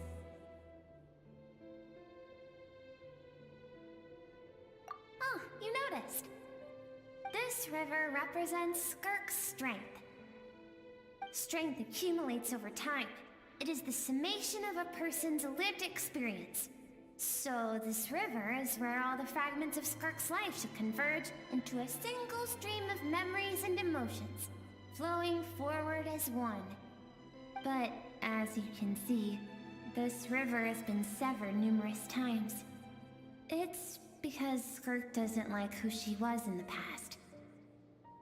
And all she sees reflected in the river is a disgraceful shadow of who she was. She cuts through water and rock with the sword of reason, severs her connection with the past, and begins anew. You must learn to shut out all the pointless emotion. Crush the self that makes you weak, and become master over your physical form. This isn't my first taste of failure or losing power. When you fall, you get back up again and become stronger. That's how it is.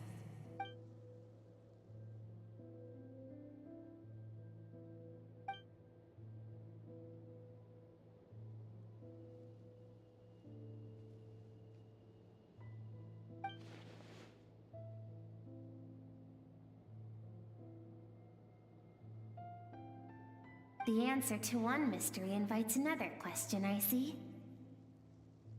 Let's follow the river upstream. There among the cliffs, among the memories etched into her heart, lies the truth of it all. Soon, you'll understand everything.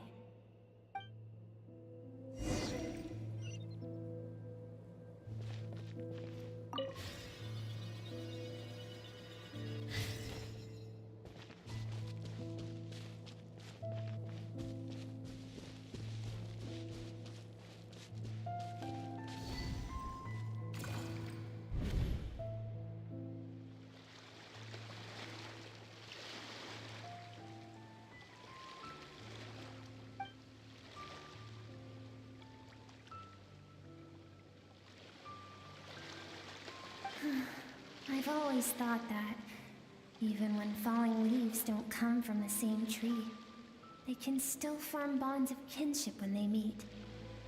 Like meteors, you both made a journey through the stars.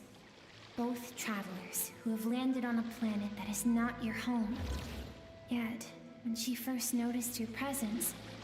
Although she hesitated for a moment, she still chose to walk away, indifferent as ever.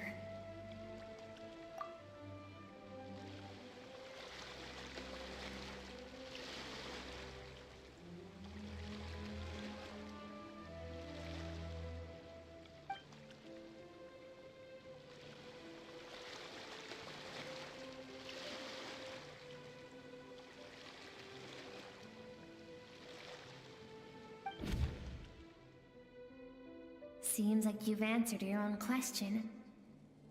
Skirk sees herself as a trespasser in this world. She's made a conscious choice to avoid altering its path. But the reason for that decision stems from events much earlier on in her life. Let's keep going. It's still a long way to the source of the river.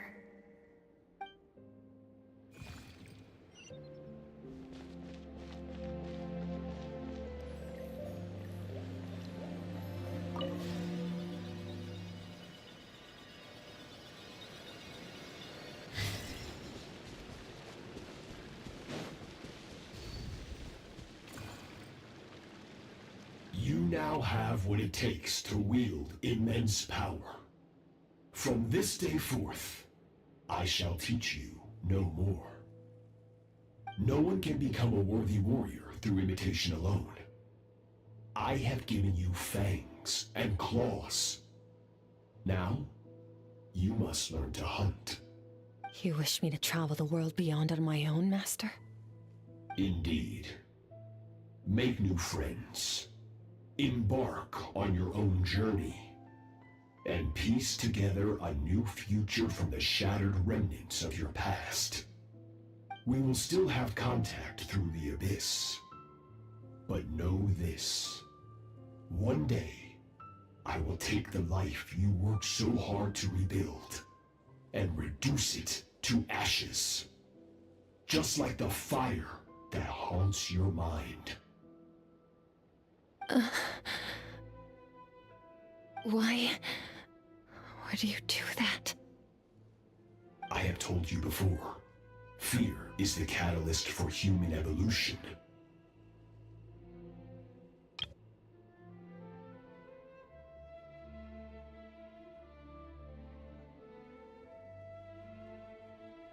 You have tasted loss.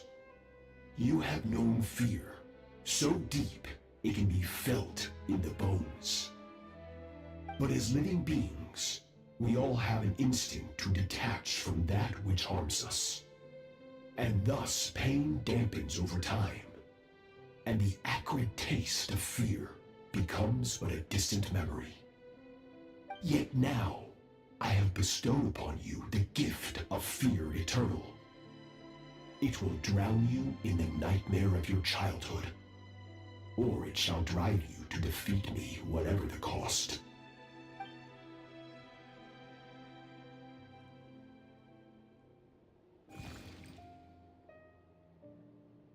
That is what Skirk's master, the foul Sertologi, looked like at one point in time.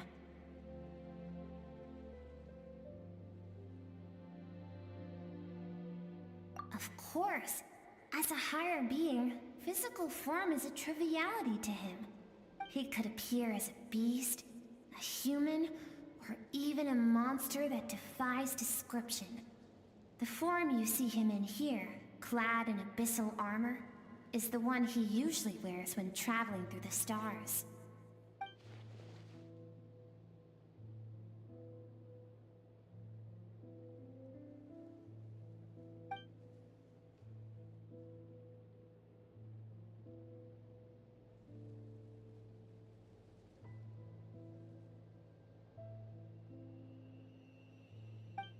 For certain reasons, I need to bridge the power gap between me and my master as quickly as possible. But first, I need to understand the source of his strength. To do that, I need to follow in his footsteps, walk the path he once walked, and somewhere along the way, I'll find out how to defeat him. That is my sole focus and purpose.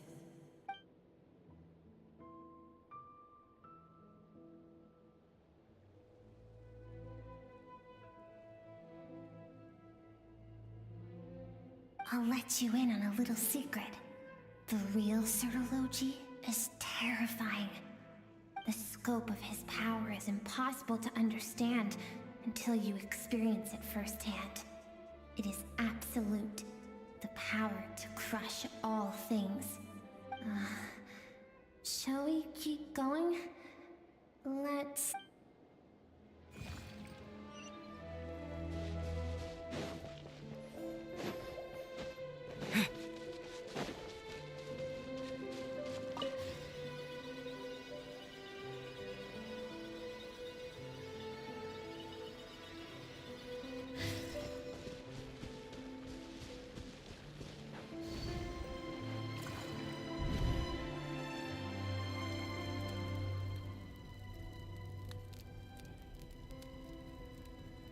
We've made it quite a ways already. This is Skirk, when she first began training under Certology. I have set your broken wrist. Tomorrow, you're to train twice as hard. No tears this time. Good. Attempting to garner sympathy through tears is a habit of the weak. A pitiful, useless ploy. Can I ask a question, Master? Why did you save me? I keep thinking, maybe it would be better if I had died. I wouldn't be haunted by that fire all the time. I wouldn't have to go on like this. I saved you because I have a plan for you. It has been too long since I fought a battle that demanded my full strength, and I hunger for it. Every so-called genius and prodigy I have faced has crumbled like sand underfoot. Before me, even fate bends the knee. So, I will teach you everything I know. Train you by whatever means necessary, in the hope that one day, you might surprise me. But I don't want to draw my sword against you, Master.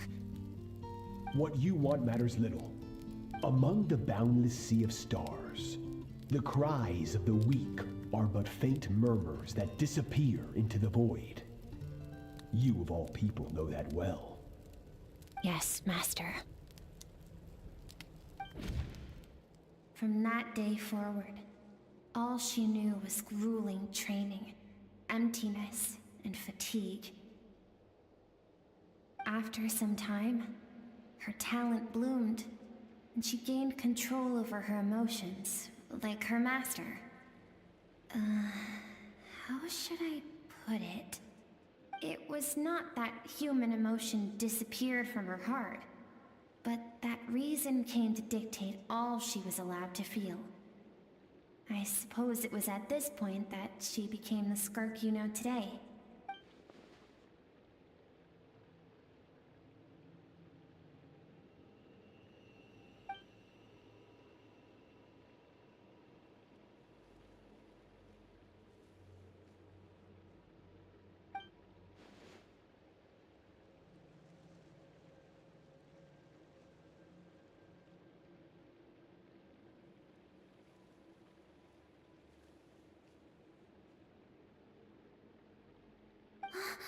We're nearly there. I almost don't want to reach the end. Well, shall we?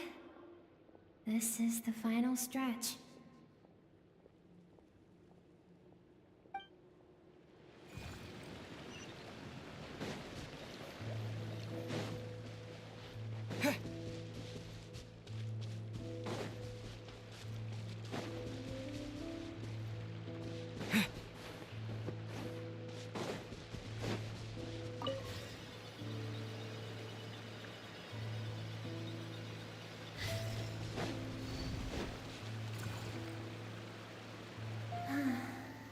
These are Skirk's happiest memories.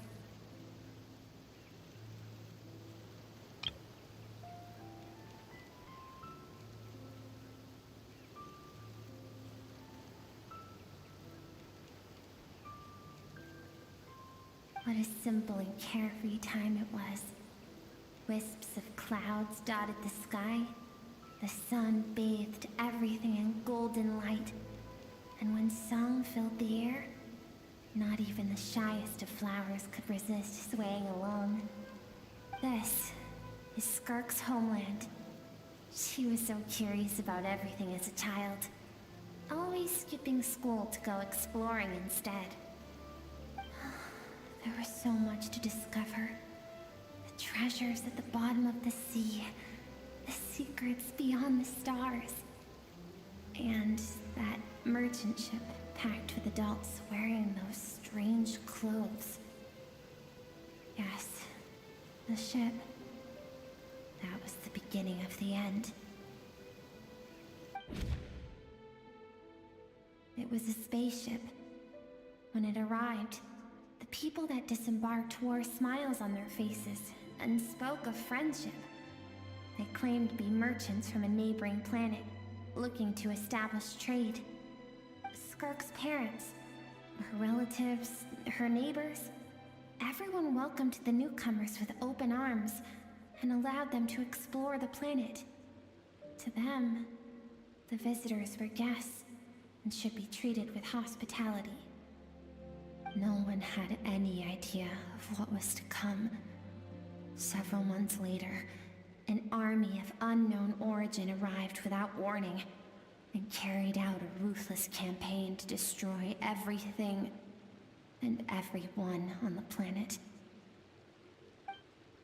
Skirk had skipped school that day, like so many times before, so she was not caught in the immediate wave of destruction. But when she came home that day, only fire and ruin awaited her. Countless people cried out to her for help. People she knew and loved. Friends and relatives. The little girl who lived next door. The shop owner with the bad leg. The bad-tempered teacher she had made fun of just that morning. Their lives were discarded like worthless trash as the fire consumed one life after another. Skirk was helpless. All she could do was run. And so she did.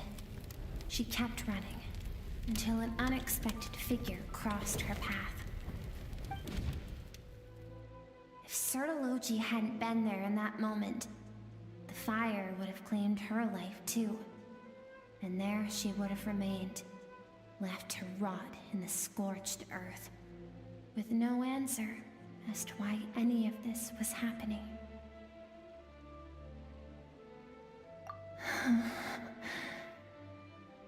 Because she and her people were seen as a threat. As the initial merchant ship explored the planet, they discovered that it hadn't always had the condition to support life. Yet there was evidence of human activity, even during the periods of extreme heat or cold in the past. Further research revealed that, over time, the people of this planet had evolved the ability to adapt to any type of environment or energy source. For that reason, the outsiders viewed them as a potential threat and decided to eliminate them before the threat could rear its head.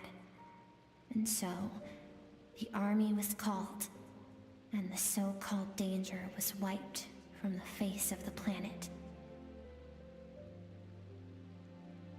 Senseless, isn't it? Deemed a threat because of a gift they didn't even know they had.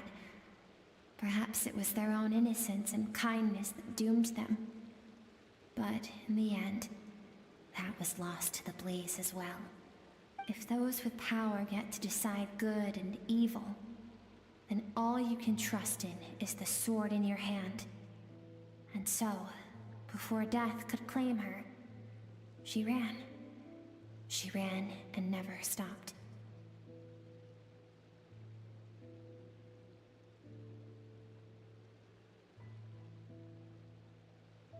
No one wants to relive their most painful moments. Well, that brings us to the end of the story. This is as far as we can go. Skirk is waiting over there. For both of us. Let's go to her. It's time to fulfill my purpose. And my greatest wish over all these years.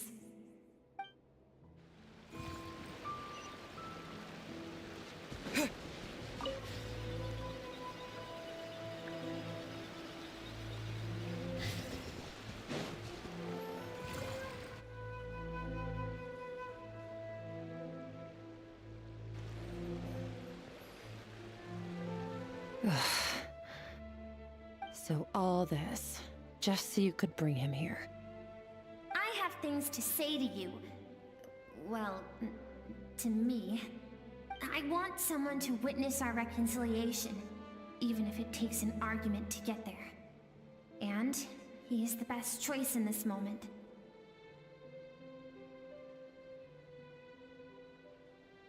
Her suppressed emotional self. The version of herself she keeps locked in the recesses of her mind, stifled by reason.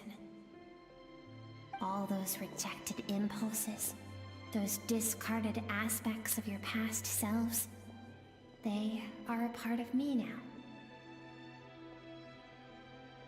I am who you used to be. Someone you have refused to face for too long. So, I came to face you instead. You're wrong. I've faced you all along. And that's exactly why I keep you locked here. Your existence makes me weak. Moments of joy and longing are when we are most vulnerable. Don't forget, it was a penchant for goodness over reason that doomed our homeland in the first place. The vastness of the universe renders everything insignificant. Our feelings most of all. Even so, learning from the mistakes of the past doesn't have to mean erasing everything. Strip yourself of your so-called weaknesses, emotions like kindness and empathy, and what makes you any different from the ruthless soldiers who slaughtered our people? The difference is that I'm doing what is right, what is necessary. I allow you to exist, but with limited freedom. That is the greatest kindness I can offer. I've shouldered everything you couldn't carry. I rose above the numbness and emptiness, and it was cold, unfeeling reason that brought me this far. It made me who I am. It made me strong. That is the problem. I want to shoulder those things together. On the grand scale of the entire universe, maybe our feelings are vanishingly small, but why should that mean they don't matter? Emotion gives warmth to the cold expanse of space. It gives meaning to the world around us. Think back to those nights of gazing at the stars, those afternoons of exploring the unknown. Think back and let them grant you peace. A brief respite from the pressure you put on yourself. That isn't what we need. Exactly what we need. Aren't you curious about why recovering your strength has taken longer than normal this time? Finally, you get to the important part. That is the only answer I came here to find. Then look around. Look at your inner world.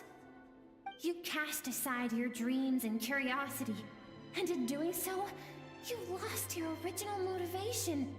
You severed all connection to who you used to be, so you can no longer draw strength from your past.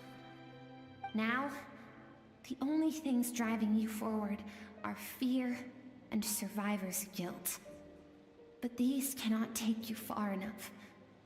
And so, this river, the source of your strength, grows more polluted by the day. And you think that means I should seek help from a weak little thing like you?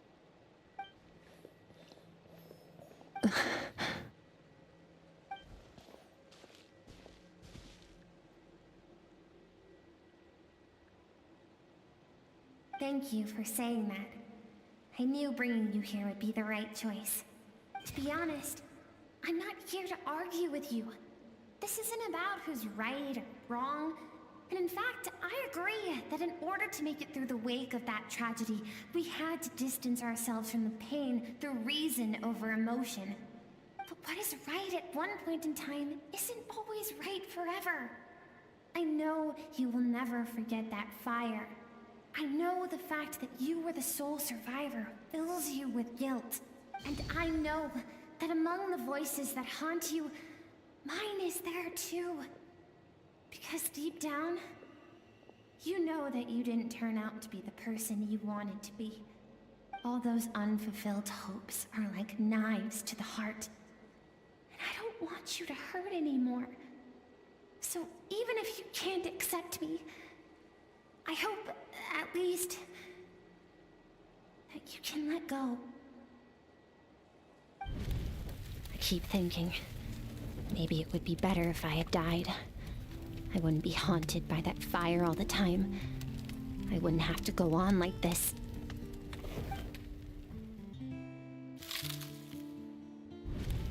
Your dad and I, we're not afraid to stare death in the face, but we need you to survive.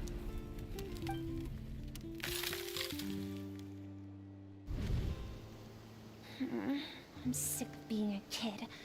There's so many amazing things out there, and I'm ready to see them all.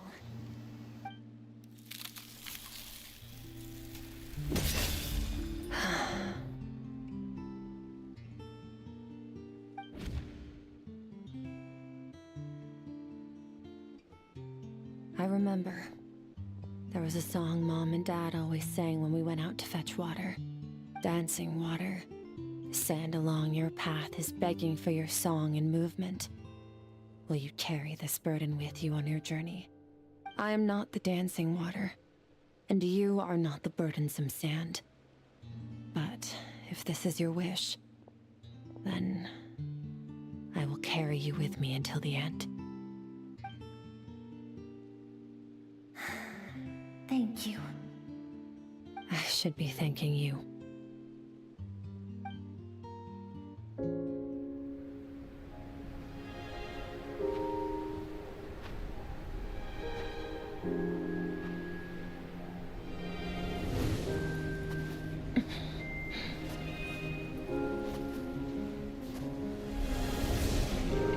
Run, Skirk, run! Remember, leave no one alive! Heed my words, Skirk. Let fear take root in your soul.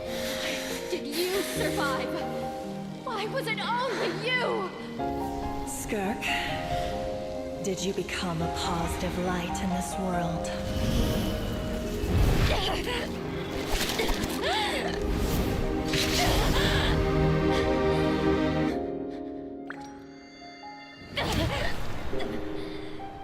Hey, this doesn't have to be the end.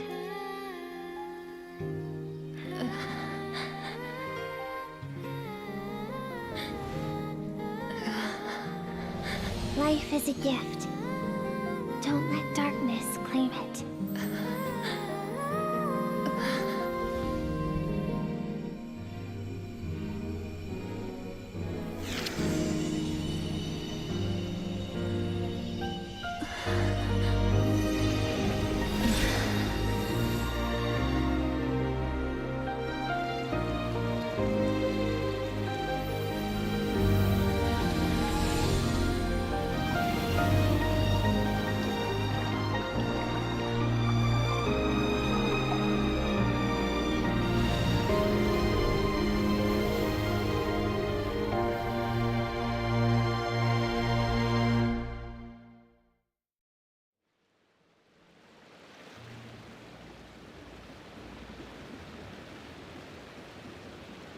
So, you saw my memories then. I once asked my master if survival of the strongest was the law of the universe. He said no. But in a world without order, those with no moral boundaries tend to be the ones who survive.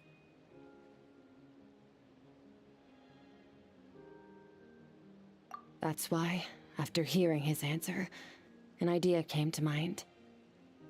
An idea that, one day, I would create a new world order. One in which there would never be another tragedy like that fire. One in which power was not the law of the land. But that means I must defeat him.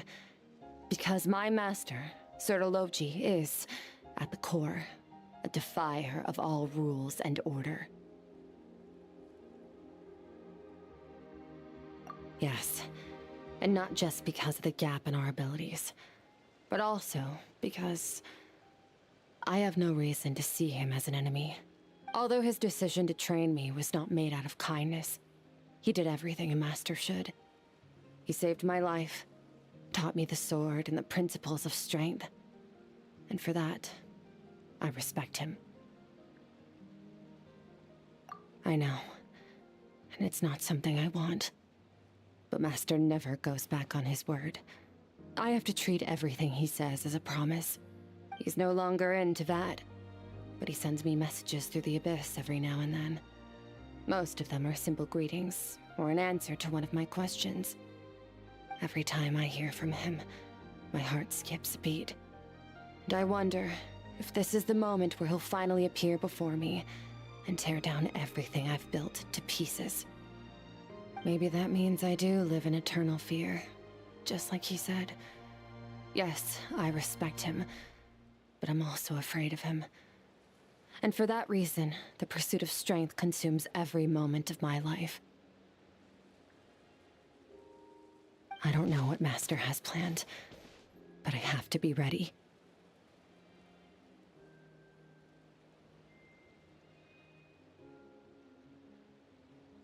Help me? Why? This isn't your fight.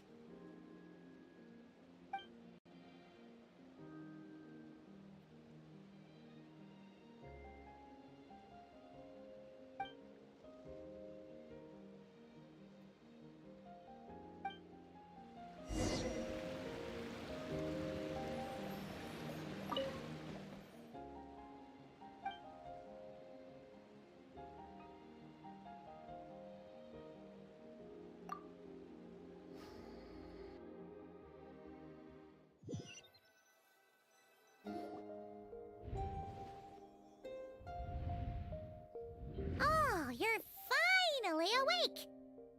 Honestly, Paimon was gone for like 2 seconds and then she comes back and finds you both unconscious? Oh, you scared Paimon half to death! You're both okay, right? What does it look like?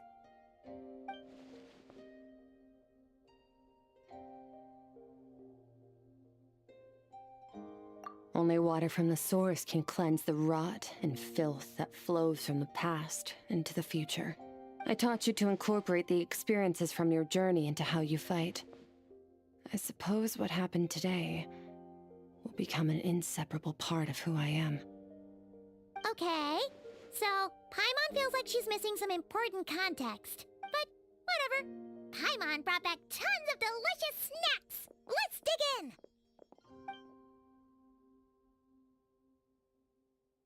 All right, it's about time we finished what we started. We're gonna deal with this thief for good, right?